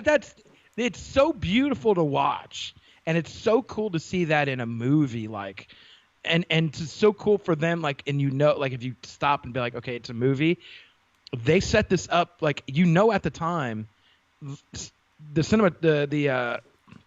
fight choreographer was probably Bruce Lee, and at the time he was explaining like throwing feints, it'll draw people's attention, and at the time like a director or producer's just like, what are you doing, bro? Like that shit, nobody wants to see that shit. You know what I mean? Like we need to get punches in here, and we need it to be like this.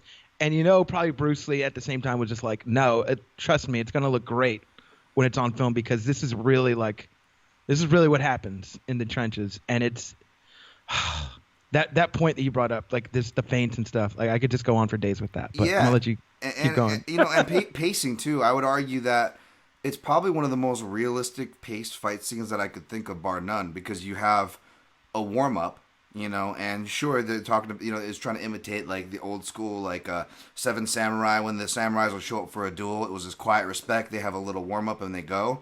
But there's also very realistic theme to the warm up. That is a real thing people do. And sure, it was a bit comical like the Bruce Lee flex. But as far as the stretch, like I remember that stretch where Bruce Lee goes head to knees. It took me so long to get that flexible to do that as a younger man. I can't do it now. But I remember when I did that, like you just feel invincible. Like when you can do that, it felt like the ultimate flex. And we're seeing each of these guys do their own version of warming up. And the fight pacing scene is real. When a guy gets hurt, he kind of stays hurt. And the cardio, like the pacing is so very realistic. Go back and watch that fight scene for sure, guys. Mm-hmm. That's awesome, man. Great crossover over number 2.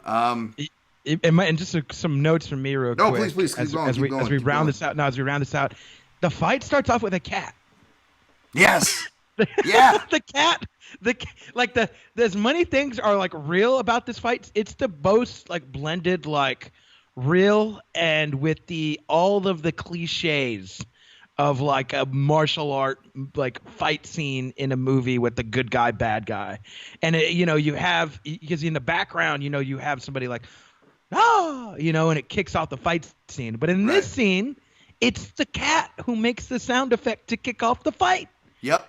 And it's so cool. Like you were saying, like right before that, you see Chuck Norris doing real like karate style, like the punching from the hips, right, and just like throwing the side kicks, right, and stretching out. And you got Bruce Lee kind of doing his thing. He's throwing a front kick, just kind of stretching out his leg and shit. And it's cool to see that. But it has all the cliches with like, but it's to a different level where like you're like, it's cheesy. It's cheesy, but it doesn't cross the line of some of the things. Oh, in not here. at You know all, what I mean? man. And that's why I said it ages surprisingly well for the time. So I love it when we lock in and lock on the same one, man. That's good stuff. So I'm gonna go into my number 1, and I'll lose my mind if we line up on this. I kind of hope we don't, because it's like I'm really curious to see what else you got for as far as high rank and stuff. But you mind if I go first and you can finish? Go for it. Go for it. There. All right, this one is got to be number 1 for me. It is a fight scene that I studied a lot, and just in general, Jet Li, who is the theme of this pick. All right, and he is a guy I just tried to study all his moves, and you see a lot of his classic moves. What I love is he's got a lot of Jackie Chan has a lot of classic themes. Jet Li has a lot of exact classic moves, and we see them all from the look at the hand to the punch to whether he does it in Romeo Must Die with the fire hose, any kind of rope. Oh, God, yes. I remember I was so happy when I figured out how to do that whole sequence where he goes through the legs and then whips it over his back. We see that. We see everything, and it's great because it's just a great movie. You can watch all the fight scenes of Fist of Legend, which is essentially like a Big Boss, original Bruce Lee title. It's essentially that story, which has been done so many times in martial arts movies. But Fist of Legend, it is the end fight scene with Billy Chow, who looks just like my grandmother's brother, spookily so. This guy, Billy Chow, is a really imposing figure and does a really good job as martial artist, playing the Japanese hard kind of karateka style. But this guy just has an air of invincibility to him, plays a great villain, and just makes Jet Li fight. It's one of Jet Li's best fight scenes. Early Jet Li is kind of criticized because he's a lot of like Once Upon a Time in China, Kung Fu style Jet Li. We see he's a lot of wire work, but all the athleticism and like particular things we see at Jet Li here. We see leg kicks. I'm not talking about just the Kung Fu checking leg kicks that come up where they're with the inside of the leg, like you're doing a soccer pass and they're kicking that. No, not just that. Like he's actually doing some leg kicks here. He'll catch an arm and he'll use a leopard's paw. You talked about Tiger Style when we talked about Jet Li and Jackie Chan fighting. Praying mantis. You hear about these things. Snake, right? Right. Leopard is one of the main 5 animals, but you rarely ever see the leopard thrown. And for people not watching the YouTube, it's essentially like you're curling for a fist, but if your finger's in 3 sections, the bottom section, the base section does not bend, and the top 2 sections will bend, making the middle section of your finger a flush striking point. That is the leopard's paw. It's a really weird one, even if you're like a kung fu fan of myself, looking through the books and stuff when I was training, going, what the F do you use this for? And Jet Li kind of shows a really practical application as far as attacking limbs when he's attacking legs. Then the bad guy will punch. Billy Chow will punch. He'll catch it, and he'll leopard's paw him right under in the armpit instead of doing an actual punch, because the leopard's paw gets right under those nerves, and he was like deadening his arm. It was like a really cool thing. We see him do like a Mel Gibson where he from Lethal Weapon, where he has to snap his arm back in a socket midway through the fight. Yeah. His arm comes out and he posts it on the ground. He scrambles away for space. And then he just does this badass thing, and he pops his own arm. Funny enough, that fight scene that you just described was a fight scene that Jet Li was in too, because he did that to Mel Gibson in the movie. Exactly. So Lethal Weapon 4. That's right. Lethal Weapon 4, Blake. There you go. Why can't we be friends? And it's great. No, but this fight scene has it's freaking fantastic, man. It is just a masterclass. It is Jet Li and a lot of stuff that almost made this list. But as far as an individual fight scene, it is his best by far. And in a list that was hard to make 5, I felt good about this as my number 1. Interesting. So my number 1 was let's start. When I started this, and I had the concept of best martial art, like we do top 5 martial art movies, right? And then we did top 5 scenes, but one of the ones that had always been on that list, and just the fight scene that sticks out from there. So let me kind of build to everything, and I kind of said I'm gonna do that what the kids call a setup. What makes a good martial arts movie for me is a realistic martial arts scenes. It's a martial arts scenes, but also the realism, knowing what we all know now, mixed martial arts, things that are practical, things that look real, things that doesn't take me away from the movie. For instance, I have not seen Creed 1 or 2. The last boxing movie I saw was Southpaw, and even the fight scenes in that movie took me out of the movie. I enjoyed the writing, I enjoyed the acting. I didn't enjoy the fight scenes, because what's not real and what I don't like about movies like Rocky, even though I love those classics, I love them in a special place. Like, if I separate the martial arts from myself, I love those movies just for the classics that they are. I don't love the fight scenes in those movies, because what's not real is punches that are fucking, you threw them from Tuesday and they land on Saturday. You know what I mean? What's not real is you punch, the other person punch you, and you punch them and they punch you, and nobody having no defense, no feints, no setups, no nothing. That's been a real thematic thing going on my list is feints. I appreciate the small things that make a fight scene look real. And there was no other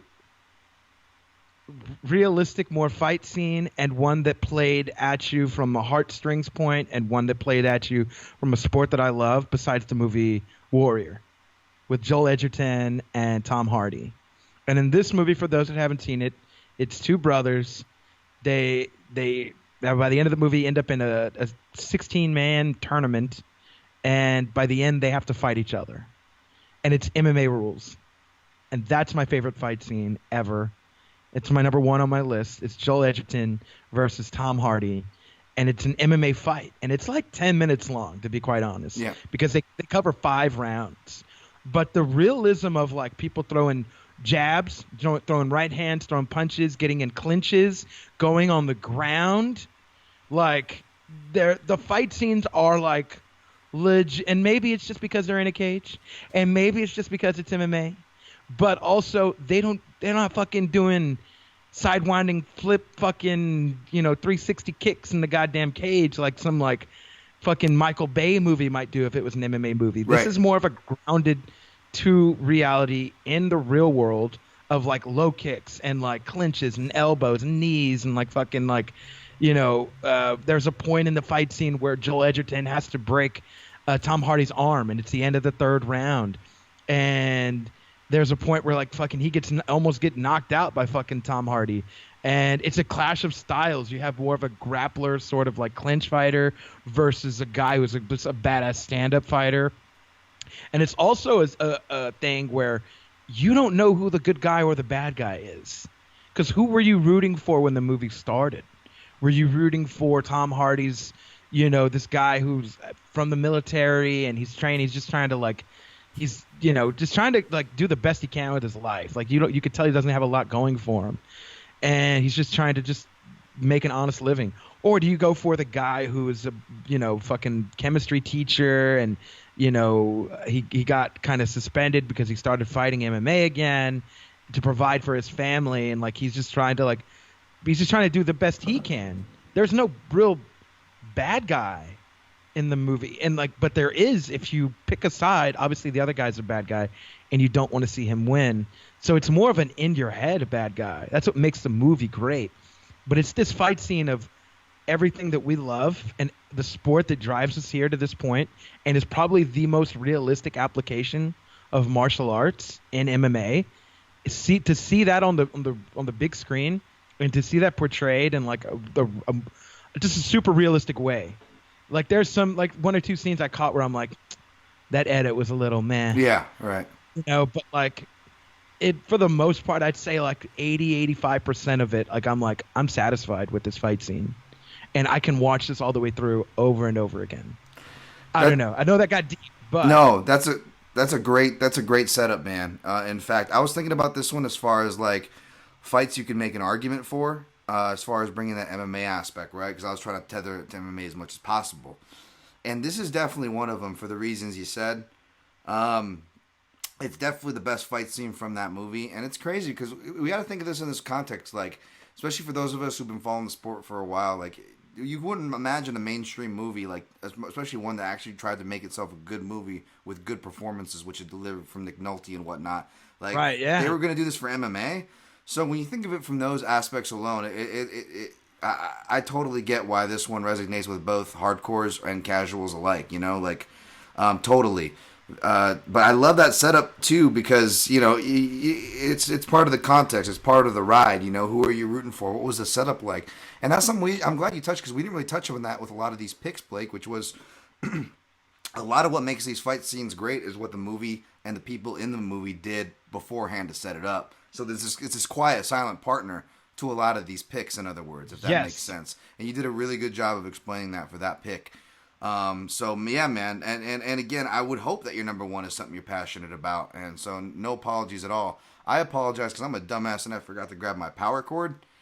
So I'm gonna go grab it now as I chalk this time, and I'll edit this portion out or not. But I'll be right I'll be right back. 112, easy to remember. Be right back, sir. Hang tight. Yes, sir. All right, and we're back. Apologize for that quick little edit there. Had to. The power was running out because I'm a professional production here at the Protecting Neck podcast. But we just closed with Blake's number one, a passionate number one, as was mine, as all the number ones should be, right? I mean, these are subjective lists. We're not pretending that they aren't. At the same time, this is good, man. This is good. There's when I'm trying to book these, Blake, these top five shows, I always tell the guests, I'm like, I want you to take the lead because I want it to be something that you're passionate about, and this. This has been great, but we are not done yet. It is actually honorable mention time, right? Honorable mention time. Let's party. Let us party. I got to give the listeners first dibs at that. Yes. So over on Instagram, A2THAJ is, or two Y's on that. How about any scenes in The Raid or that long ass hallway scene in Old Boy?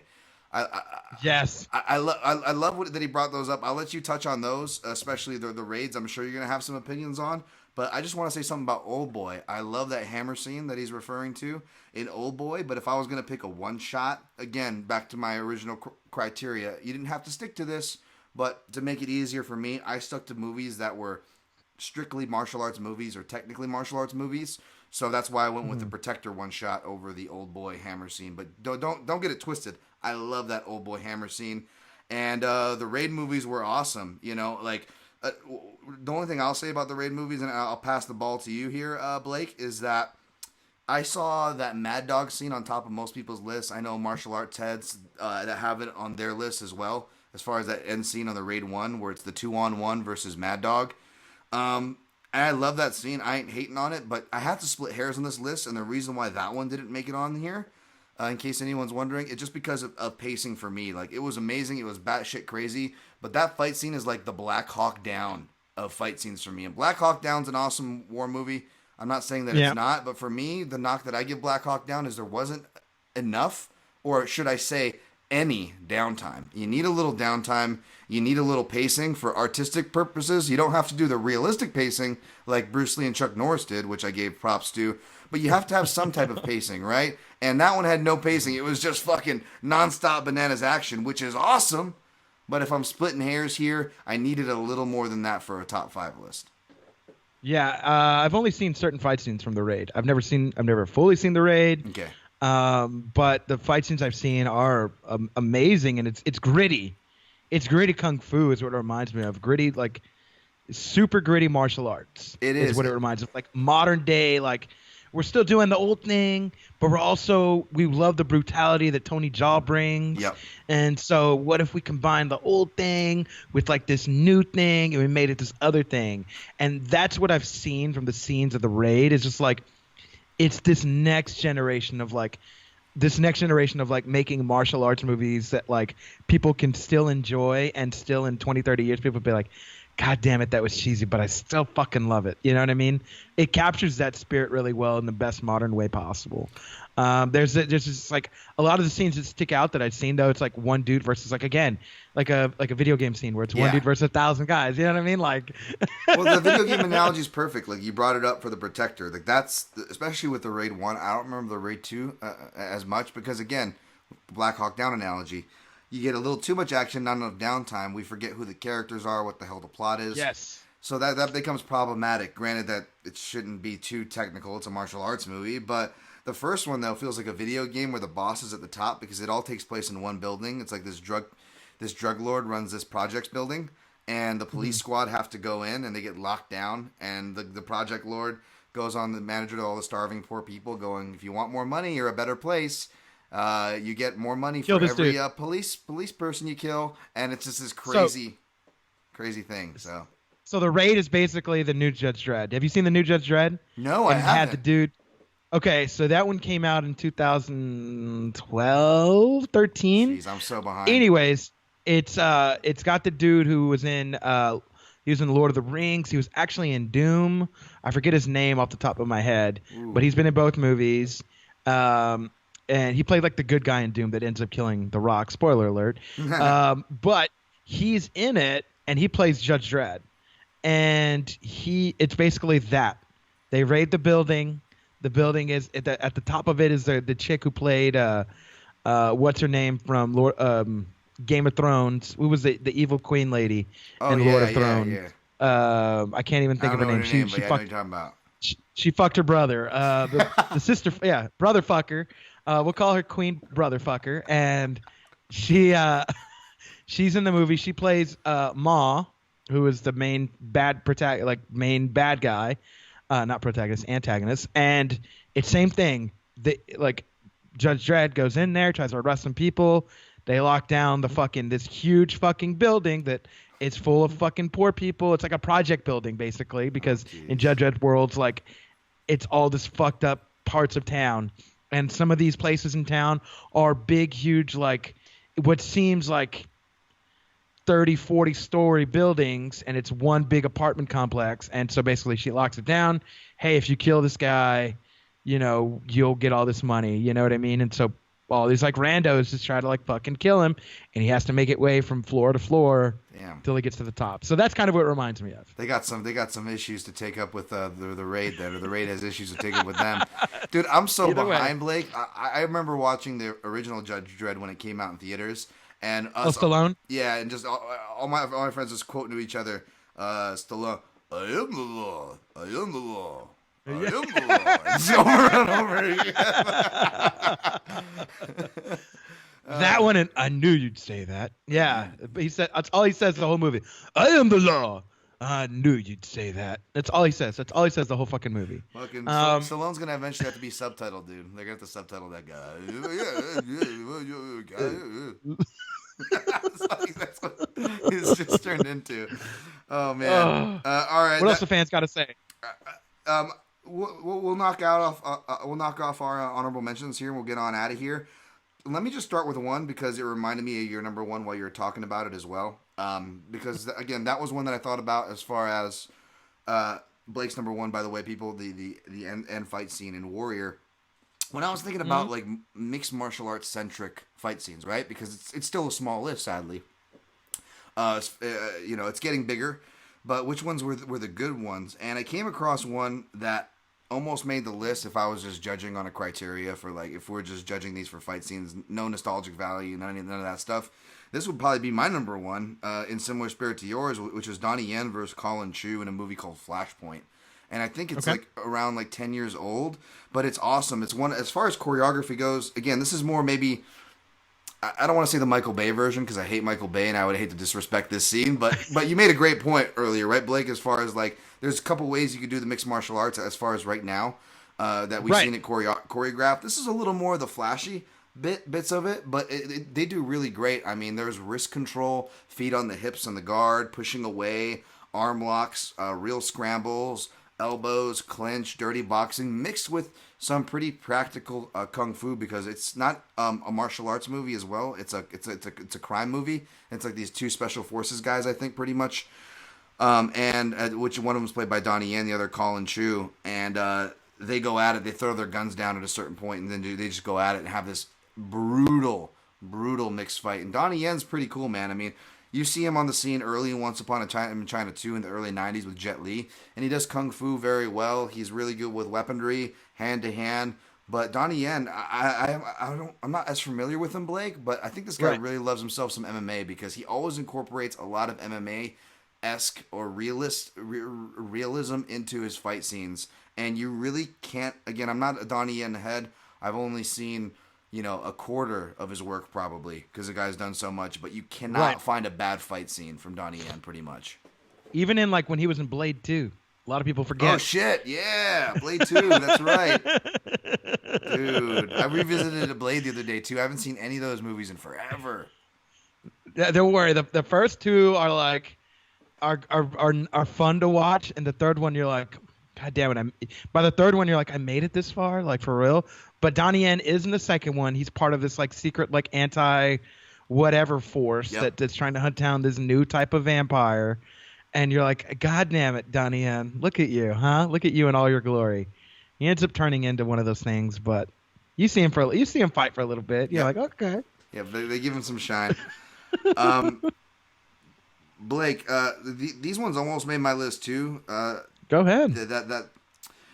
So pretty much, Donnie Yen has one, although it wouldn't have made the list, not because it's not awesome, but in Ip Man, where he faces a bunch of black belts. But if you notice, there's always that scene, right? From the original Bruce Lee Big Boss to Donnie Yen, Ip Man, these scenes of like facing all the black belts. Now, the classic Bruce Lee one almost made my list because it's classic, and that part where he brings out the nunchucks, and you just really see why nunchucks are brutal. Especially like guys of our age where we probably watched the Ninja Turtles or were more familiar with that before we went back and watched old Bruce Lee, right? So a lot of us probably had nunchucks associated as some goofy thing. It's one of the least like most threatening weapons. Even if you were to hold a real wooden pair, you might still like probably underestimate it if you're a kid, right? But you go back and even watch this old movie in the freaking 70s that's like should be outdated.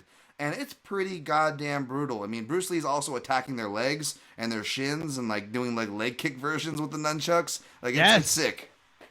Yeah, I remember training. So I taught karate from 2009, 2010. I was a karate instructor, and I had to learn it as well. And part of the form that we learned, it was more based on like Hapkido, Taekwondo, like more Southern Korean style like type of karate. Right. It's still karate, but the formulation of it, they add in more like wrist locks and shit like that. You know what I mean?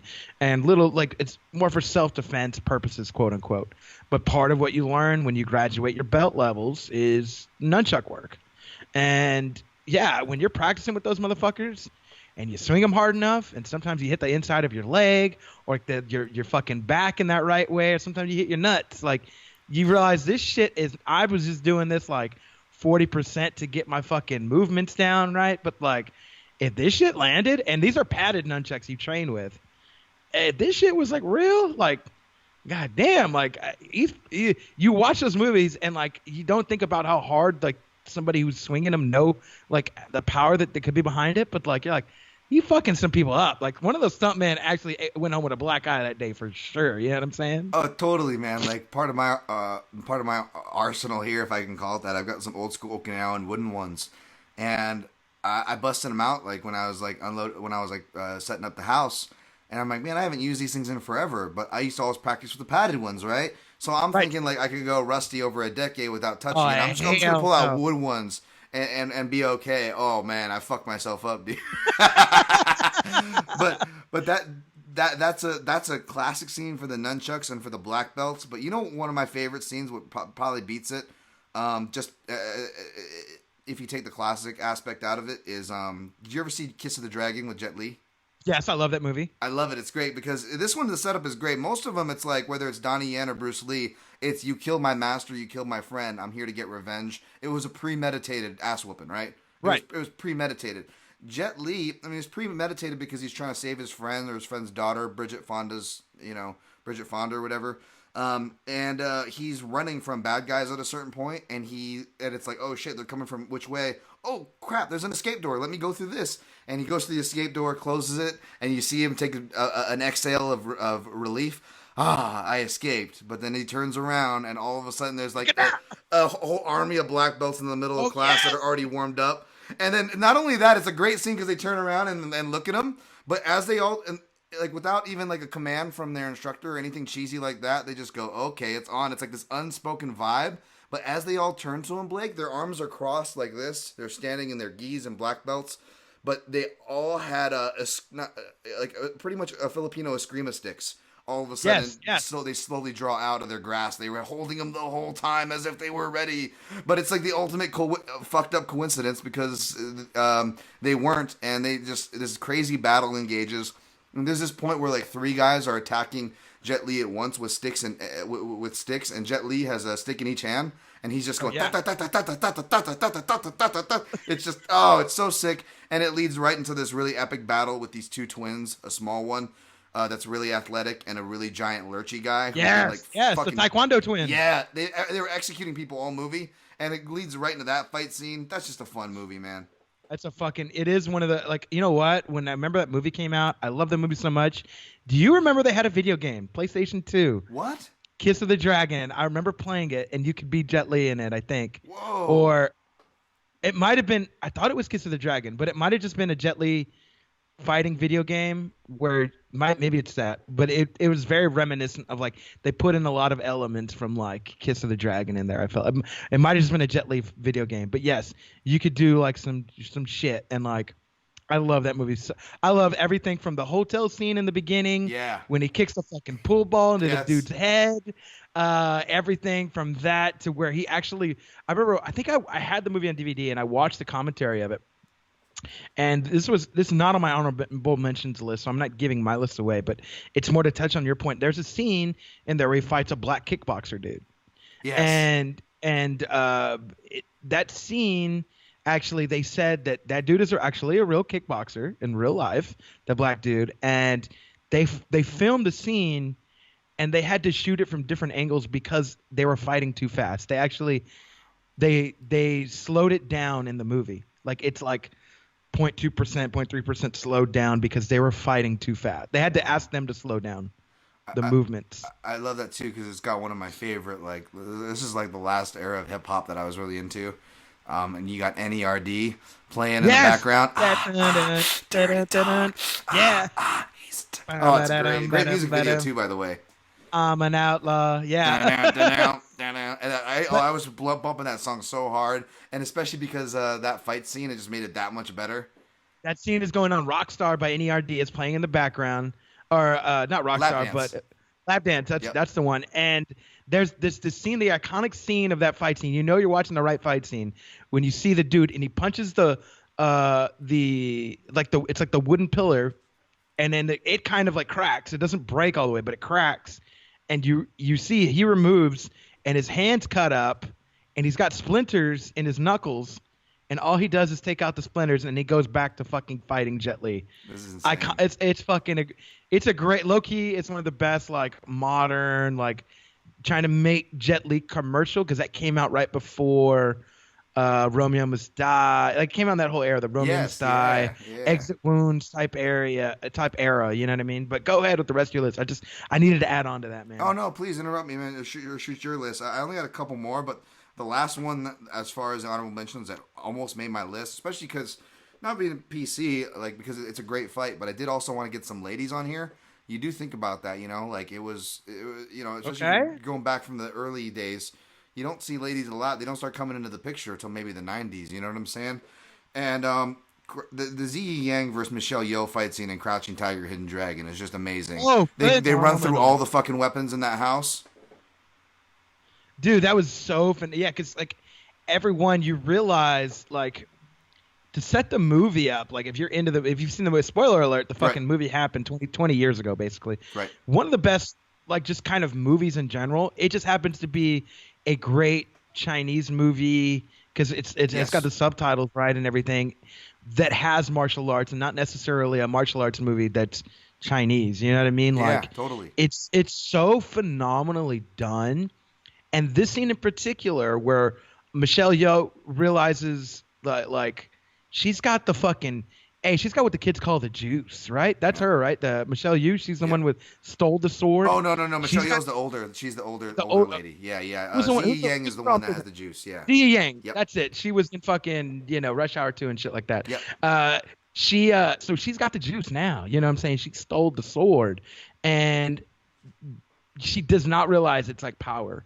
Every fucking weapon Michelle Yeoh's like fucking goes for breaks. It's done for. It's no good. Like it's just one of the most like powerful. Like you realize so many things without it even needing to be said about like whoa, like this girl's got talent. She's got the weapon of mass destruction in her hand. Like what is she gonna do? Is somebody gonna die? Who's gonna stop her? Like there's so many questions going through your mind, all while this badass fight scene's like happening with weapons. It's phenomenal. Yes, I love it. You're right because they run through so many weapons with her trying to stop her. But what I love is they pick like all like the kind of like hipster weapons. Like you see a lot of weapons you usually don't see, and to the point where like my hipster ass went and I had to like collect them. Like I got a replica of the Green Destiny. I have almost everything in there except a monk spade. I have a Quan Dao, which is another like the next biggest weapon of all the Chinese weapons. Which you see him in the background, but she doesn't use it. And then I even have I can't find them. I got really upset when I was watching this. I can't find my Chinese hook swords, but I used to have the tiger hook swords. And I even did a choreographed fight scene that was on my IMDb credit. Now I'm just down to 1 credit, which is my fault. I didn't get back to somebody back in the day. But I choreographed a fight scene that actually had those in there. And I definitely drew a lot of inspiration off of this fight scene. It was just freaking fantastic. I mean, it's worth to watch the whole movie, like Blake said, which was a great note. It's a good movie for to not get lost in the weeds here. But that fight scene in particular was just amazing. You know, just two badass bitches, and I mean that in the most complimentary way and respectful way possible. I love it, man. I love it. Is that your list? You got more on your list? What else you got, Dan? Just a couple more. I talk about this one a lot, and I mentioned it when I did my martial arts recommendation movie, so I left it off. But Jackie Chan, Who Am I?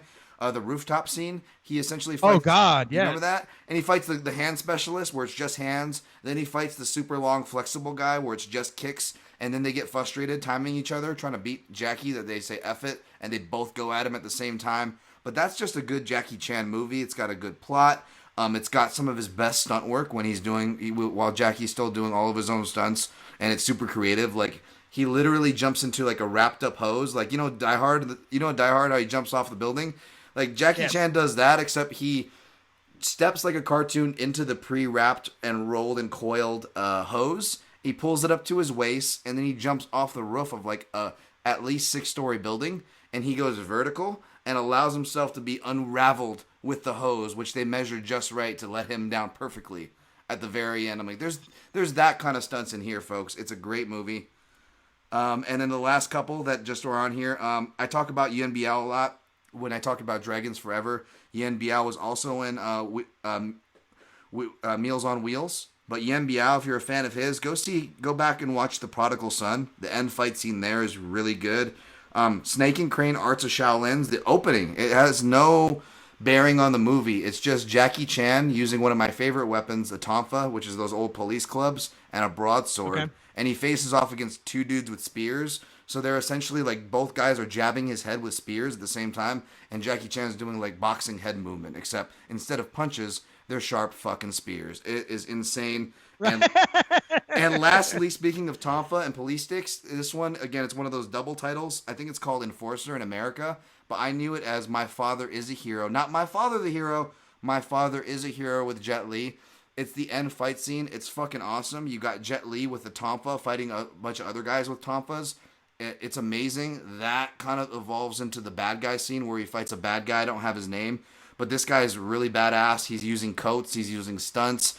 He's using a bunch of different stuff for the fight, and then Jet Li incorporates his son into the fight scene. At a certain point, he attaches his rope to his son, and uses his son as a weapon, swinging him around the room. He does the classic Romeo Must Die thing with the hose that we talked about, Blake. Yeah, but he does it with his little boy who's tied to a rope. Like, it is a bananas ass fight scene. That actually almost made the list. That's it. That's all I got from my honorable mentions. I had not seen that movie in forever. The Enforcer, bro. Yeah. Damn. Yeah, I had to go look that up right now, and I was like, bro, I remember this fucking movie, dude. That's old school, yeah. That reminds me of like Black Mask shit. Yes. Yeah. Oh man, Jet Li, the Black Mask. Okay. Let me get to some of my honorable mentions real quick, man. Yeah. And it's a little bit everywhere and in no particular order, but I have the lightsaber battle from Star Wars: The Phantom Menace. Okay, I will allow it. I will allow it. Absolutely. It is a martial arts scene through and through. Yes. Given you have two guys who are clearly actors, I mean, they're all three actors in this fight scene. It's Darth Maul, Qui-Gon Jinn, and Obi-Wan Kenobi. Or in the real life, it's Liam Neeson, what's his name, Ewan McGregor, and Ray Park. Ray Park is an actual martial artist. Yep, he is. Who just happens to be in Hollywood. Like, the man is amazing. He played Toad in X-Men as well, folks. He played Toad in X-Men. He played the Headless Horseman in Sleepy Hollow without the head. He's been in things that like you're like, oh, I've seen his work before. You definitely for sure have. So anyways, he plays Darth Maul. And the choreographed fight scene in this fucking movie I get it, it's not traditional like kicks and fucking punches and shit like that, but like, bro, the fight scene in this movie, phenomenal, dude. Because they're everywhere. They're using fucking like actual like techniques that look like legit. I'm not a sword fighter, so I don't fucking know. Mm-hmm. But it sold me on it. Like and you watch close, like they have feints in there, and like the editing, it's not like, oh, they just edited up close and like did this. And there's even scenes too where like Ray Park's kicking him, like he's blocking one shit and he's kicking the other dude. You know what I mean? And like they also incorporate in this, I get it's an entirely different world, but they incorporate the powers of the movie, the use of the quote force in the fight scene. It's not like it just has to be this one or two dimensional thing. It's two dimensional because you got a weapon and you've got people, but it's this extra dimension that draws you into the movie even more. If you're a Star Wars fan, is he's using the force as he's blocking something, he's using the force and pushing you back, and you're like, that only in that world. And that's kind of a little like thing that sells you. You're like, all right, it's not completely martial arts, but it's not false either. Like this sells it for me, and it's probably the best fight scene I think in all of Star Wars. So you know what? I had to include. We got to be coming clean on our nerddom here for a choice like this, but I will come clean with you, sir. Yeah, I mean, for as much bad things as you could say about Phantom Menace, and I won't refute a lot of it, especially if you're talking about Jar Jar, you can't talk shit on this fight scene. I mean, I went back to watch this movie and would just find myself just watching the fight scene because it was amazing. And by the way, Obi-Wan Apprentice is the shit. I think Obi-Wan Apprentice can kick the Jedi Obi-Wan's ass. I think Obi-Wan Apprentice can kick Jedi Master Obi-Wan's ass. Like, I know it doesn't make sense because he knows the least, but there's something so badass about Ewan McGregor in that movie, even with his stupid haircut. Obi-Wan Apprentice is the shit. Just gotta say that.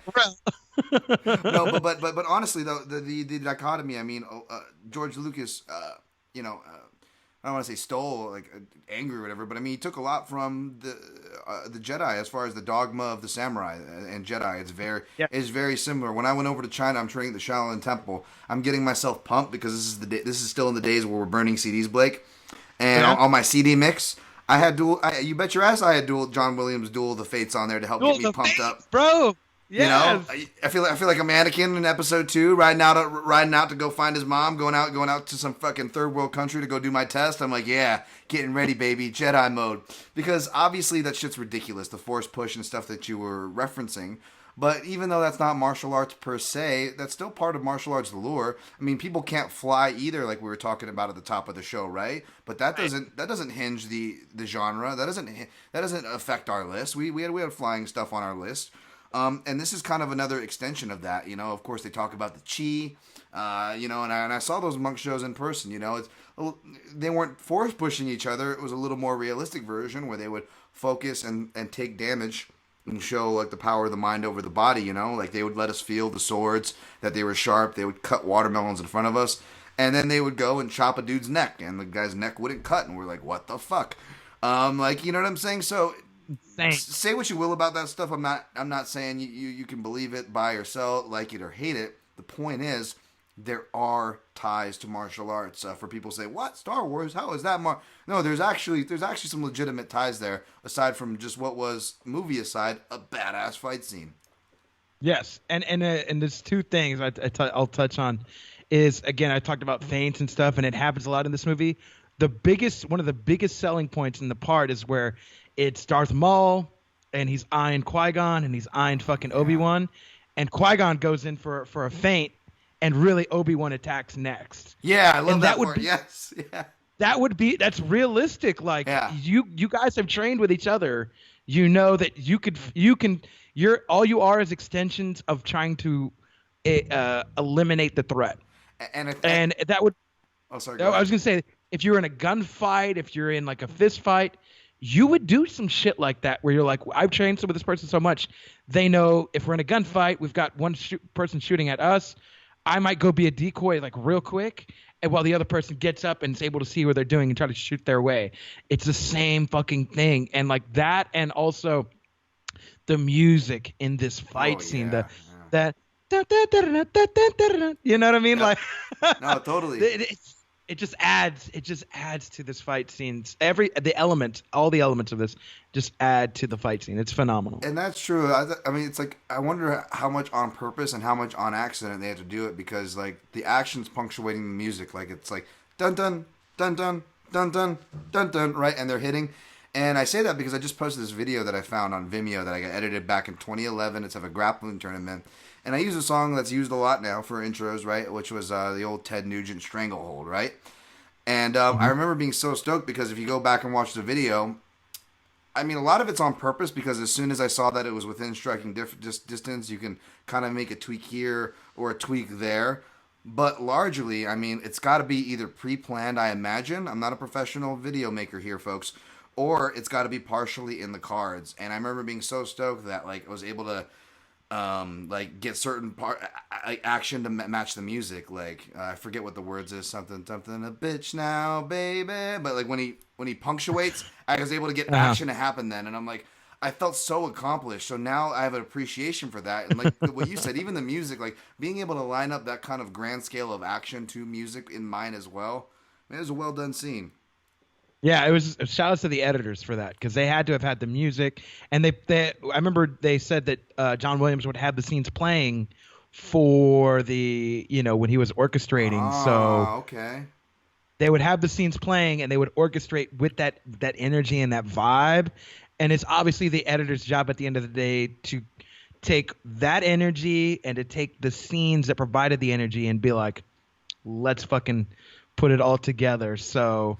Yeah. It's a lot of Hollywood, but also to your point, yes, like one inspires the other, I think, to a certain point. Yeah. So that's on my list. The Jet Li end scene in the movie Fearless, Oh, where he yes. fights different people with like swords and weaponry and stuff like that. And he's got the I don't know what the weapon's called. Maybe you can tell me, but it's the three staffs Yeah, attached with three-section chains. staff. Yeah, speak of hipster weapon, I love that one. Bro, phenomenal, And they use right? it super Like, well too. It's probably one of the best used in any kind of movie, even like old school shit that I can recall. yeah, and he fights like different styles. One guy with a staff, one guy with a like, like a more like traditional like kind of like little Spaniard style sword. You know what I mean? Like he fights different martial arts until the end scene when he dies. You know what I mean? But like, it's one of the most well done, like cool weaponry scenes, and I wanted to include some weaponry scenes because I Yeah, didn't have any on my list, but that's definitely totally. one of them. Another callback to your boy, old Donnie Yen versus Oh Mike shit. Tyson, Ip Man 3. Yes. The Wow. 3 minute Yeah. fight scene. The That 3 minute fight scene, dude. looks like And out it's of a one of video those. game. Yes! It's right out of a fucking video game. And the reason I had to put Donnie Yen at least on honorable mentions, and this scene stuck out to me, it's not because Ip Man 1 is not great. It's not because, the karate scene you talked about when he fights the 10 black belts, which I thought was phenomenal because, like, if you think about this study of I've always told people this, like kung fu is very like if it was a shape, it's a circle. Hmm. And they even teach that. Like you've studied probably kung fu more than I have, but like your footwork, like everything's in a circle. You always wanted to move like around and this way and da da da. What karate always felt like to me was very blocky. It felt like a Hmm. square Yes. because it's very rudimentary movement. It's this and then that and then it's a block and then a fucking punch and then another block and then a front kick. You know what I mean? Like it's very blocky, choppy style, like fucking martial arts, but it's also bastardized from kung fu. You know what I Yep. mean? So Yeah. like, I don't know. It's just it just shows you the smoothness, that fight scene of Donnie Yen versus the 10 black belts shows you the smoothness of kung fu. This shows you the smoothness of like you're like, well, we fucking know Mike Tyson. We know what he does well. You know what I'm saying? And what the fuck is like? Could Donnie Yen like do some shit? And like, it's just one of the most well done like mixing scenes of like boxing because that's all fucking Mike Tyson does. Yep.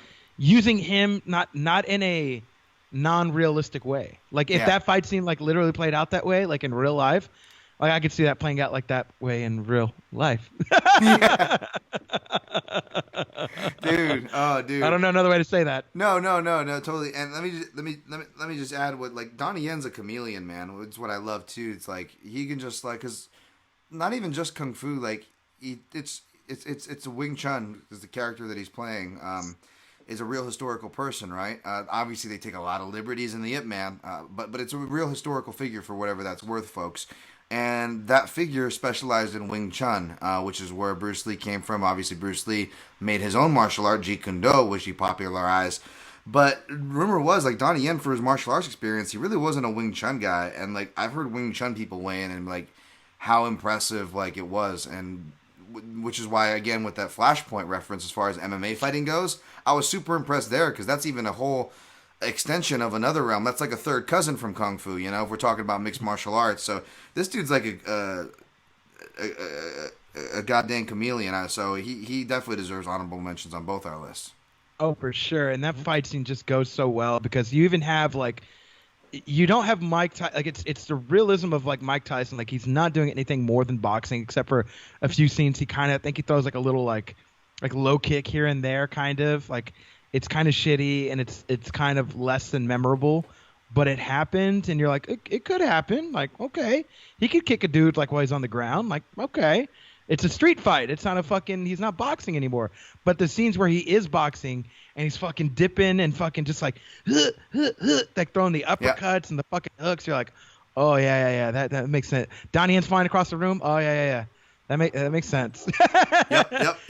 Yeah, So no, totally, man, totally. These next two I'm actually going to put in a particular order. I'm going to end it Shoot 'em in out. a particular order. So one of them is Captain America versus Batroc, or what's his name? Evans. What's his Luke Evans? What is Chris his name? Evans? No, Chris Evans versus GSP, Winter Soldier. It is Oh one of the shit! opening fight scenes. And it's amazing because, like, again, I'm a huge GSP is probably my favorite MMA fighter of all time.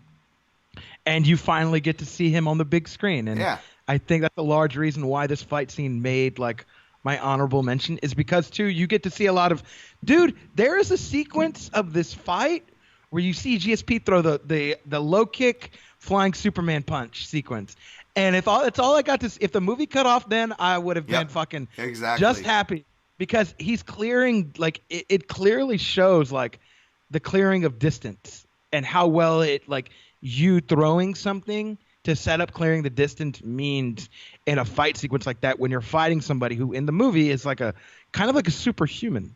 You know what I mean? And you kind of have to do all the little like tricks that you can to clear that distance and get there as fast as possible with some offensive threats. And the kicks are fucking amazing. One and the you know I was a little salty because Captain America kept using his shield and shit. I'm like, Right. put that shit down, bro. Yeah, you ain't beating GSP. You know what I'm saying? Yep. He's a two division world champ. You ain't beating shit, Captain America. But anyways, man, I had to just throw that in there for one time for the Avenger fans. You know what I mean? One time for the MCU universe. My favorite one that made my honorable mentions is a fight scene involving Chiwetel Ejiofor, who was in like 12 Years a Slave. Yes. Oh, he's in all these kind of different movies versus Jean-Jacques Machado. Yep. The movie's called Red Belt. Red belt, And it's baby. the end fight scene where we talk about we don't have a lot of grappling. Yes. And a lot of grappling did not happen on my list. Yep. Because it's not that we don't like it. I don't think it's well represented Absolutely. Yes. in Hollywood. It's It's not. hard. Red Belt, it was a very indie film that came out, and a lot of people don't know it. And I think it came out sometime 08, 09. If you haven't seen this movie, just watch the trailer. Find the movie wherever you can find it. Hell, if you need help finding it, hit me up. Maybe hit Dan Tom up. I'm sure we can send you a link on Amazon so you can go buy it, order it for yourself or something. I'm sure it's somewhere. Like I don't think it's on Netflix, but it might be on Hulu or Amazon Prime or something. If you get a chance to watch this movie, watch it. It's all about jiu-jitsu.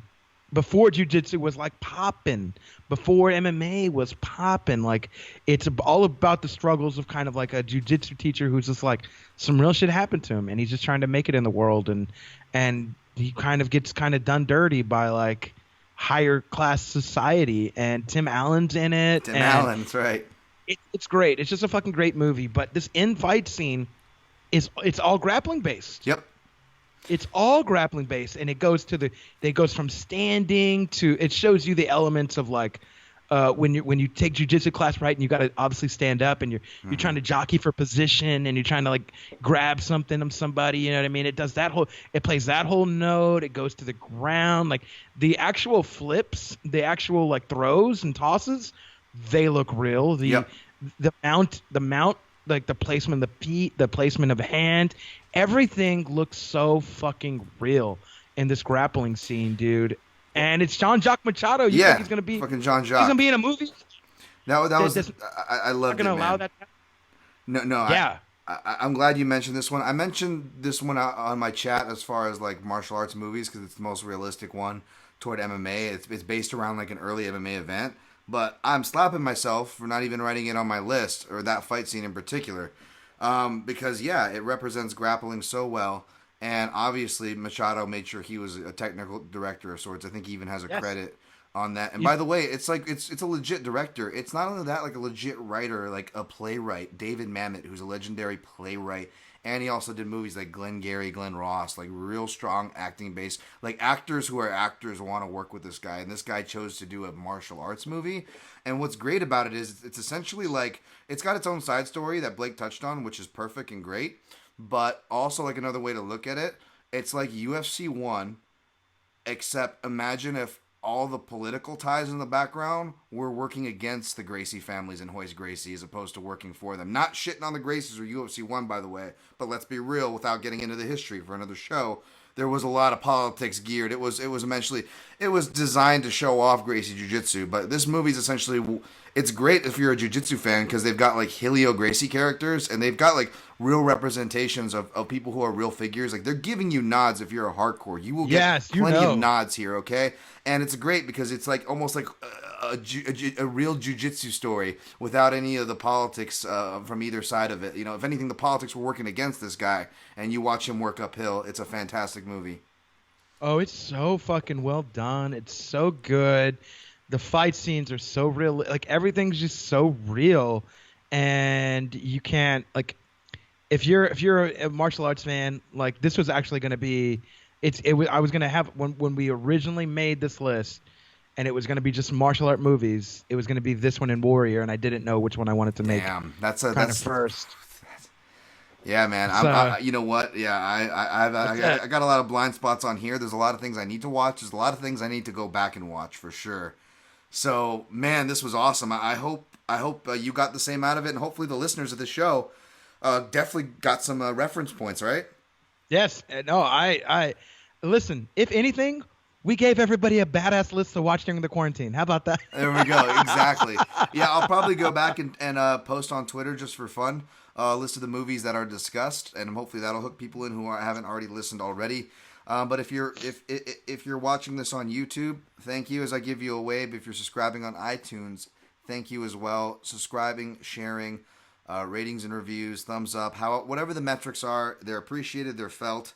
And they will help us give you more programs like this. Blake, before we get out of here, though, man, I got to give the floor to you as I thank you for joining me. This was, again, one of the funnest top 5 episodes and definitely one of the most different ones in a good way that we've had. So right. Thanks so much for joining, man. Nah, man, thank you for having me on. Everybody, if you want to just follow my antics and follow what I do, Unfiltered Bachelor, the podcast is on Spotify, iTunes, Stitcher, anywhere podcasts are. That's where the show is. You can follow it Twitter, Facebook, Instagram. It's all Unfiltered Bachelor. You can follow me, Money Blakeweather, Facebook, Instagram, Twitter, Snapchat. It's all Money Blakeweather because I stay undefeated and I keep coming forward and I stay badass. Dan Tom, thank you so much for having me on, my man. Dude, it was awesome. Yeah, definitely follow Blake, folks. Give him a shout. Thank him for coming on the program. If that's where you heard him here, go follow his stuff. And don't be afraid to give us a shout there, too, at the PYM Podcast on all social platforms. Promise not to spam your feed.